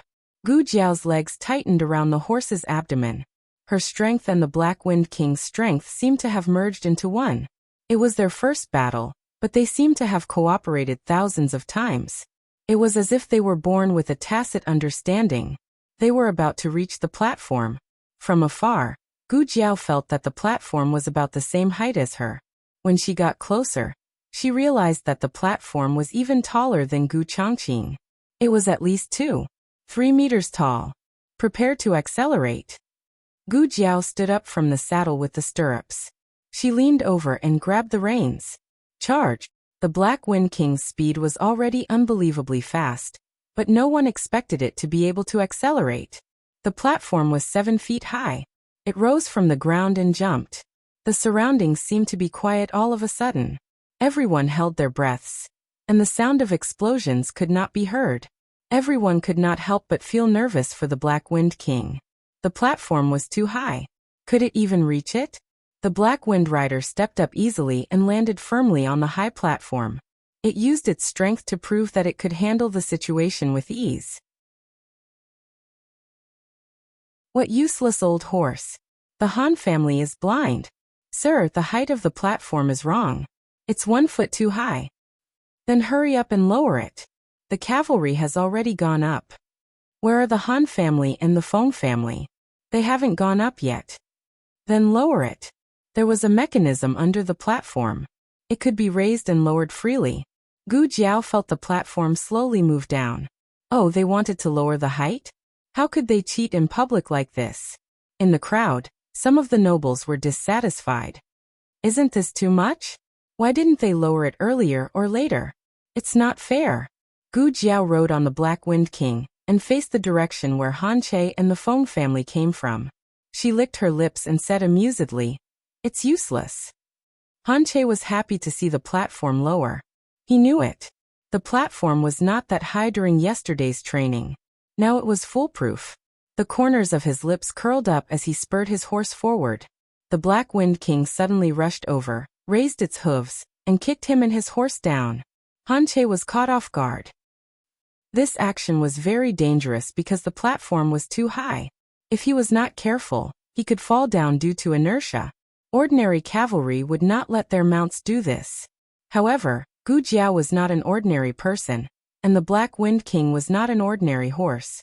If you dare to come, I will dare to kick you. The Black Wind King showed everyone its severely underestimated combat power. It was as if it had returned from nirvana. Even its strength was reborn. Han Che was directly kicked out of the competition. The Feng family's master was cunning. He took advantage of the time when Gu Jiao and the Black Wind King were dealing with Han Che to jump up from the other side of the platform. Unexpectedly, the Black Wind King rushed over and knocked the Feng family's master's mount down. The Feng family's master. I'll go. A man and a horse fell from the high platform. The Feng family's master had to abandon his horse in order to not be crushed into meat paste. The Feng family's master was eliminated. Advance to the next round. Xiao Lulang. Digression. Please vote for the Black Wind King. The latest chapter of this book is not finished yet. For more exciting content, please scan the QR code below to download the app. Novels are updated faster and more complete.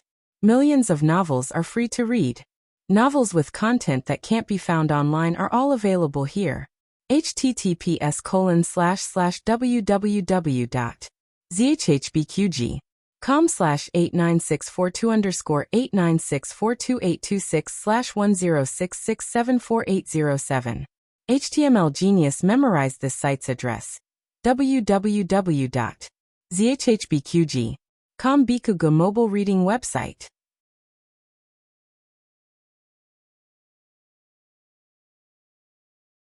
Chapter 755. The latest chapter of this book is not finished yet. For more exciting content, please scan the QR code below to download the app. Novels are updated faster. Millions of novels are free to read. Novels that can't be found online are all available here. Gu Jiao's victory was beyond everyone's expectations. Before the results were announced, Xiao Lulang didn't know about this person at all.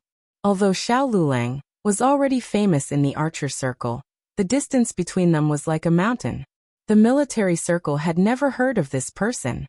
There were more than 200 people participating in the preliminaries. 6 people in a round, 44 rounds in total. Not every cavalryman who advanced would receive attention. Obviously, Han Che, who was Han Ye's younger brother, contributed a lot of attention to Gu Jiao. Coupled with the Black Wind King and the Feng family's experts, Gu Jiao suddenly became the hottest topic. Many people wanted to talk to her, but they were too scared by the Black Wind King beside her to go forward. The Black Wind King's aura was too strong, automatically creating a spacious space around Gu Jiao. Gu Jiao enjoyed the feeling of not being squeezed around by others. She stood at the side of the training ground, quietly watching the other people's selections. Gu Changqing walked towards Gu Jiao. The Black Wind King moved. Gu Jiao gently touched its neck. The Black Wind King was no longer wary of Gu Changqing. Outsiders naturally couldn't understand the communication between the man and the horse. They only thought that the young man was too bold, daring to approach the Black Wind King. Wasn't he afraid that the Black Wind King would kick him away? One had to know that Han Che and the Feng family's experts were kicked away like this. Not far away, there were several Han family's disciples standing. Gu Changqing turned around and exchanged glances with them.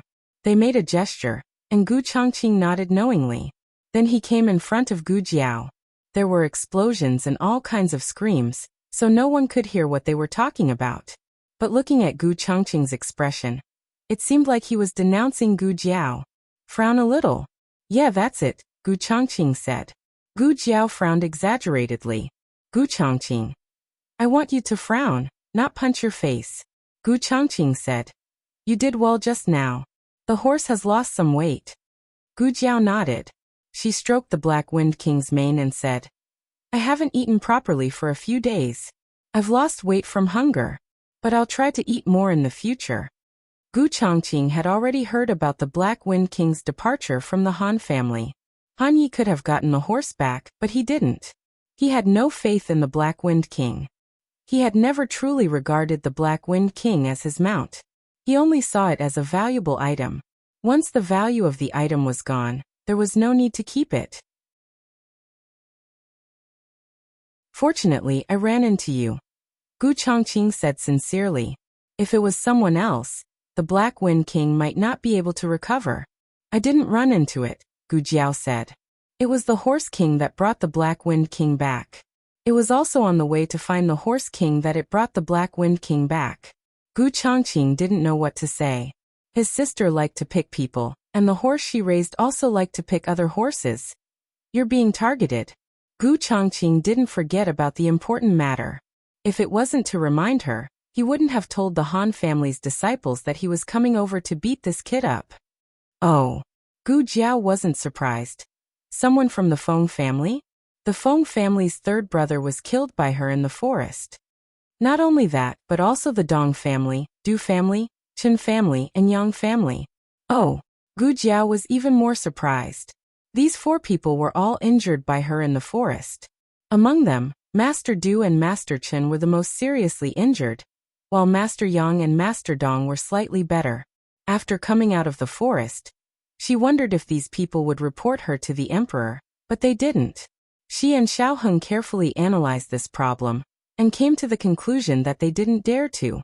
They rudely snatched the young princess, causing her to fall and injure her. The young princess still remembered it. The emperor was worried about who those people were. How could they have the courage to mention what happened in the forest? However, because it couldn't be made public, they all hated Gu Jiao. Gu Chongqing said softly, "Be careful. I will tell the Han family that I'm trying to win you over." Okay. Gu Jiao responded.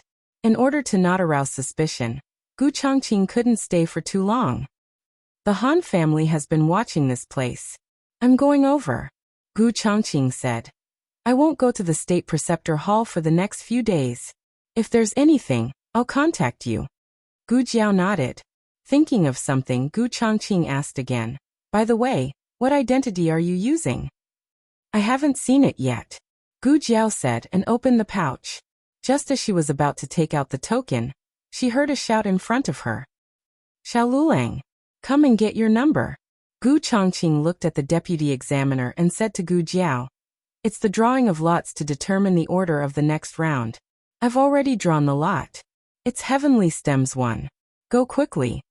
The order of appearance was according to the heavenly stems and earthly branches. The first of the heavenly stems was the number 1, so it was also called Heavenly Stems 1. After drawing the number, it wouldn't be announced to the public. Thus, Gu Chongqing didn't know who would draw the other Heavenly Stems 1. Gu Chongqing said, as long as you don't draw the Heavenly Stems 1, it's fine. It wasn't worth it for them to fight so early. He still wanted to exhaust a few more opponents for her. Gu Jiao looked at him and said, you can't raise a flag. You'll fall. Ha. Gu Chongqing was confused. Gu Jiao said, nothing. I'll tell you in detail next time. I'm going. Go. Gu Chongqing said. Gu Jiao led Black Wind King to the east side of the camp. Another round of selection was going on. One of the participants was Priest Qingfeng. Gu Jiao was surprised. He was here too. Yes, he was the elder brother of the Feng family. The Feng family had 2 spots. The one just now was obviously not enough. If he didn't go up personally, the Feng family had no chance of winning. Priest Qingfeng was riding a beautiful white horse. He looked like a celestial being. Even when he was riding, he looked like a celestial being. He rushed out of the fire. His eyes were cold and determined. His face was stained with ashes, which made him look beautiful. He rode his horse up the platform ahead of the other 5 people. Gu Jiao could see that he was deliberately going easy on them. It was the first round. They just needed to advance. They didn't need to fight too hard. Who didn't go easy on them? Right, boss?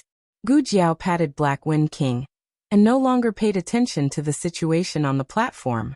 Priest Qingfeng didn't lose in riding, so he wouldn't lose in martial arts. When she came to the gate of the camp, she met another acquaintance. Compared to Priest Qingfeng, the person in front of her didn't seem so surprised. Mu Qingchen. She greeted him. Mu Qingchen looked a little tired. She didn't know if he was affected by what happened in the Mu family. Mu Qingchen didn't look too surprised.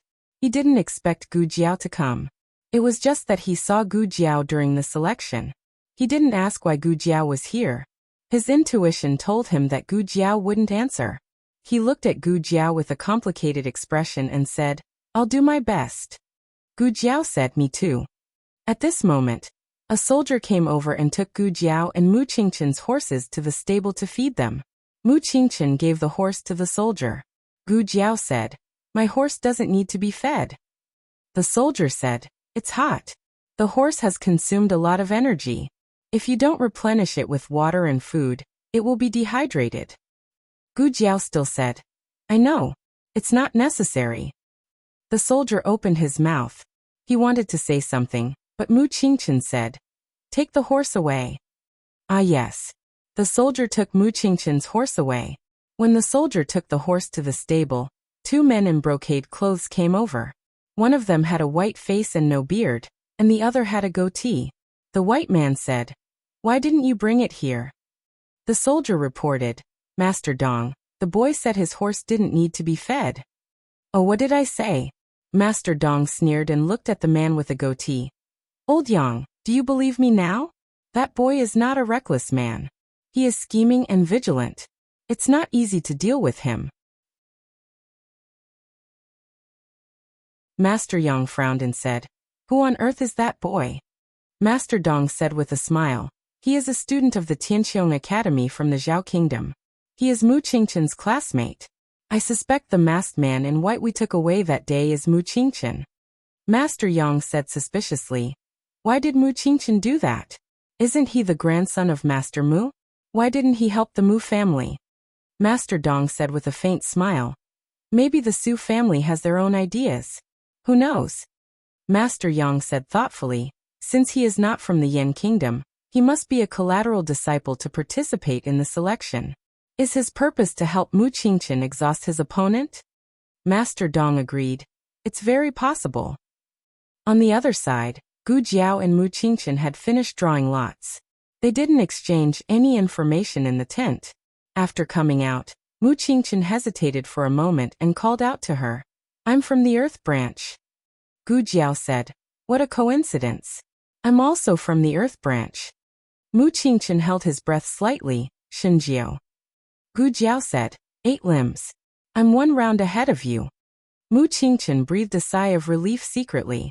Somehow he didn't want to fight with Gu Jiao. Even if it was only a matter of time, he still hoped that the battle between them could be delayed a little bit. While they were drawing lots, the cavalries of the 10 great families came out one after another. 9 of them from the Han family, except for Han Che, who was eliminated by Gu Jiao. All the other 8 advanced. Everyone was amazed by the strength of the Black Wind cavalries of the Han family. However, Gu Jiao didn't think that the Han family was that powerful. The Black Wind cavalries were taken from the Xianyuan family, and the method of taming them was also passed down by the Xianyuan family. The Han family was just eating the blood of the Xianyuan family. Gu Jiao was not interested in watching anymore. She planned to go back and feed the Black Wind King. "I'm leaving now. See you in the next round." Just as she bid farewell to Mu Qingchen, she suddenly felt a chill run down her spine. It was as if a terrifying murderous aura had swept over from the other side of the battlefield. It was unstoppable and instantly filled the entire battlefield. The horses on the field began to become restless. Even the horses who were concentrating on the game shook their bodies. What a powerful aura. The only horse that wasn't affected was the Black Wind King. Ah! A horse that was trying to get onto the stage paused in midair.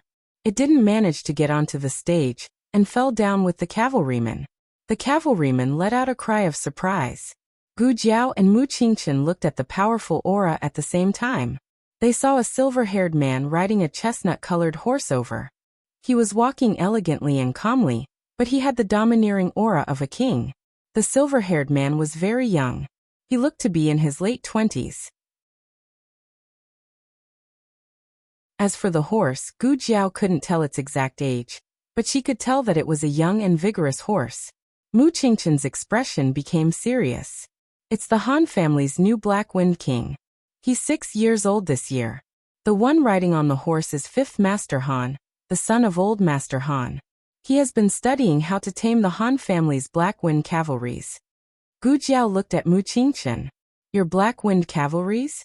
Mu Qingqian looked at her and said, 5th Master Han once said that the Black Wind cavalries tamed by the Xianyuan family weren't the most powerful horses in the world. He would use his own methods to tame even more powerful Black Wind cavalries. His new Black Wind King is the result of his taming. Oh. Gu Jiao rubbed her chin and carefully observed the man and horse not far away. Mu Qingqian said earnestly, I know that your Black Wind King is very powerful, but I'm afraid it's no match for that horse. 5th Master Han's new Black Wind King was not only younger, but also more agile. Its explosive power, endurance, speed, and strength were all impeccable. Mu Qingqian paused and said, also it has a name. Gu Jiao asked, what's its name? Mu Qingqian opened his mouth and said, Black Demon Horse. The Black Demon Horse entered the field. It was in the middle of the track, but the horses on both sides of the track were already too scared to move before the gongs and drums had even sounded. Although the other 2 horses could force themselves to charge forward, they frequently made mistakes and were eliminated before they could even cross the flaming bridge. 5th Master Han advanced without any suspense. Mu Qingqian looked at the invincible Black Demon Horse on the high platform and frowned slightly. Your Black Wind King took a total of 17 breaths to reach the high platform, but 5th Han's Black Demon Horse only took 12 breaths. At such a short distance, the Black Demon Horse was 5 breaths faster than the Black Wind King. This was like a 110m hurdle, where the first runner was 5 seconds ahead of the second runner. Mu Qingqian said, I know your Black Wind King isn't using its full strength, and neither is 5th Master Han's Black Demon Horse. 5th Master Han's martial arts are very powerful. You have no chance of winning. If you meet them next time, I hope you can choose. Fight, Gu Jiao said. Mu Qingqian frowned. Didn't she say the opposite? Gu Jiao mounted her horse and gripped the reins tightly. She looked at 5th Master Han, who was riding his Black Demon Horse from afar. 5th Master Han's eyes were full of contempt. Gu Jiao felt the provocation from the Black Demon Horse, and she also felt the powerful battle intent from the Black Wind King. She straightened her back, and her eyes were resolute. I want to fight. Black Wind King, I also want to fight. The latest chapter of this book is not finished yet. For more exciting content, please scan the QR code below to download the app. Novels are updated at a faster rate. Millions of novels are free to read. Novels with content that can't be found online are all available here. https://www.zhhbqg.com/89642_896428266/1066594000. HTML Genius memorized this website's address in 1 second. www.zhhbqg.com Biku Pavilion mobile reading website.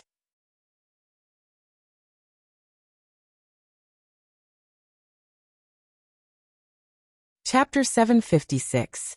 The latest chapter of this book is not finished yet. For more exciting content, please scan the QR code below to download the app. Novels are updated faster. Millions of novels are free to read. There are all kinds of novels that can't be found on the internet. There can't be 2 kings in a country. There can only be 1 Black Wind King. The same goes for the commander. This is their joint battle. There is no way out. Gu Jiao refreshed Mu Qingqian's understanding again and again, making him feel as if he saw a new life. There were many brave people in the world, but there had never been such a person who was fearless enough to fight against the heavens, against fate, and against all the impossibilities in the world. He had never thought of running away. He always faced the difficulties head-on, even if he had to die. Mu Qingqian looked at the young man beside him. His chest was filled with a long-lost emotion. It was as if he was suddenly pulled back to his young and frivolous age. His blood was boiling rapidly. Everything around him didn't change. But when Mu Qingqian looked at the fierce competition on the battlefield again, he suddenly felt that everything was different. The confrontation between Gu Jiao and 5th Master Han ended with 5th Master Han being announced as the winner. Gu Jiao could stay here until the sky turned dark. If he had the ability, he could always occupy the high platform and not let anyone else choose. The young man looked at him frivolously. 5th Master Han looked away disdainfully and jumped off the high platform on his new Black Wind King. The Su family came to call Mu Qingchen. Mu Qingchen and Gu Jiao said goodbye. Mu Qingchen still had something to deal with, so he went to another part of the camp. Gu Jiao rode Black Wind King out slowly. Wherever she went, the horses retreated. No one dared to approach. But when she passed by the training ground of the cavalry matrix, Gu Jiao was stopped by several people. They were also riding their own horses. Gu Jiao glanced at them. The goateed Master Yang, the white-faced Master Dong, and the other 3 young people she had only seen in pictures. They were the children of the Feng family, the Du family, and the Chun family. You are the one who killed my father. A bad-tempered young man looked at Gu Jiao coldly. He was about to explode. Gu Jiao rubbed his chin. This was the Feng family's brat. He was ranked 4th in the Feng family, and was known as 4th Young Master Feng. He looked quite similar to Feng Laosan. Even his violent temper was exactly the same. His stupidity when being used by others was also exactly the same. Did they tell you? Gu Jiao pointed at Patriarch Dong and Patriarch Yang. It was obvious that these 2 old things were not easy to deal with. Back in the forest, one of them had only made a feint, while the other had waited until his companion was about to die before making a move. 4th Young Master Feng gritted his teeth. You don't need to know who said it. Let me ask you, did you kill my father? No. Gu Jiao denied it without hesitation and pointed at Patriarch Dong and Patriarch Yang. They were the ones who killed him. Patriarch Dong and Patriarch Yang were stunned. There was actually such a shameless person in this world. Could this brat's ability to invert right and wrong be any stronger? The Dong family's patriarch was furious. Don't slander me. It was obviously you who killed him. Lord Chun, Lord Du, and sure you were present. Little nephew Feng, if you don't believe me, you can ask them. Gu Jiao spread her hands. I was just defending myself, but the people who really killed him were you. You urged him to make a move, but you didn't help him. He and I are enemies, so it's understandable for us to fight. You are friends, but one of you hid and didn't make a move, while the other only made a feint. Didn't you want to borrow my hand to get rid of Feng Laosan? Patriarch Dong and Patriarch Yang choked at the same time. You. 4th Young Master Feng's expression changed. He tightened the reins in his hand and looked at the 2 patriarchs beside him. He gritted his teeth and said, Is that so? Uncle Dong, Uncle Yang? Of course not. Who does your father think he is that we need to scheme against him? We didn't make a move because we wanted to let your father consume this brat's strength first. What's going on? Gu Jiao looked at them calmly. If there's nothing else, I'll leave first. Patriarch Yang clenched his fists. You brat!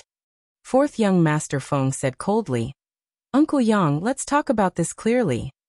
Patriarch Yang and Patriarch Dong were furious.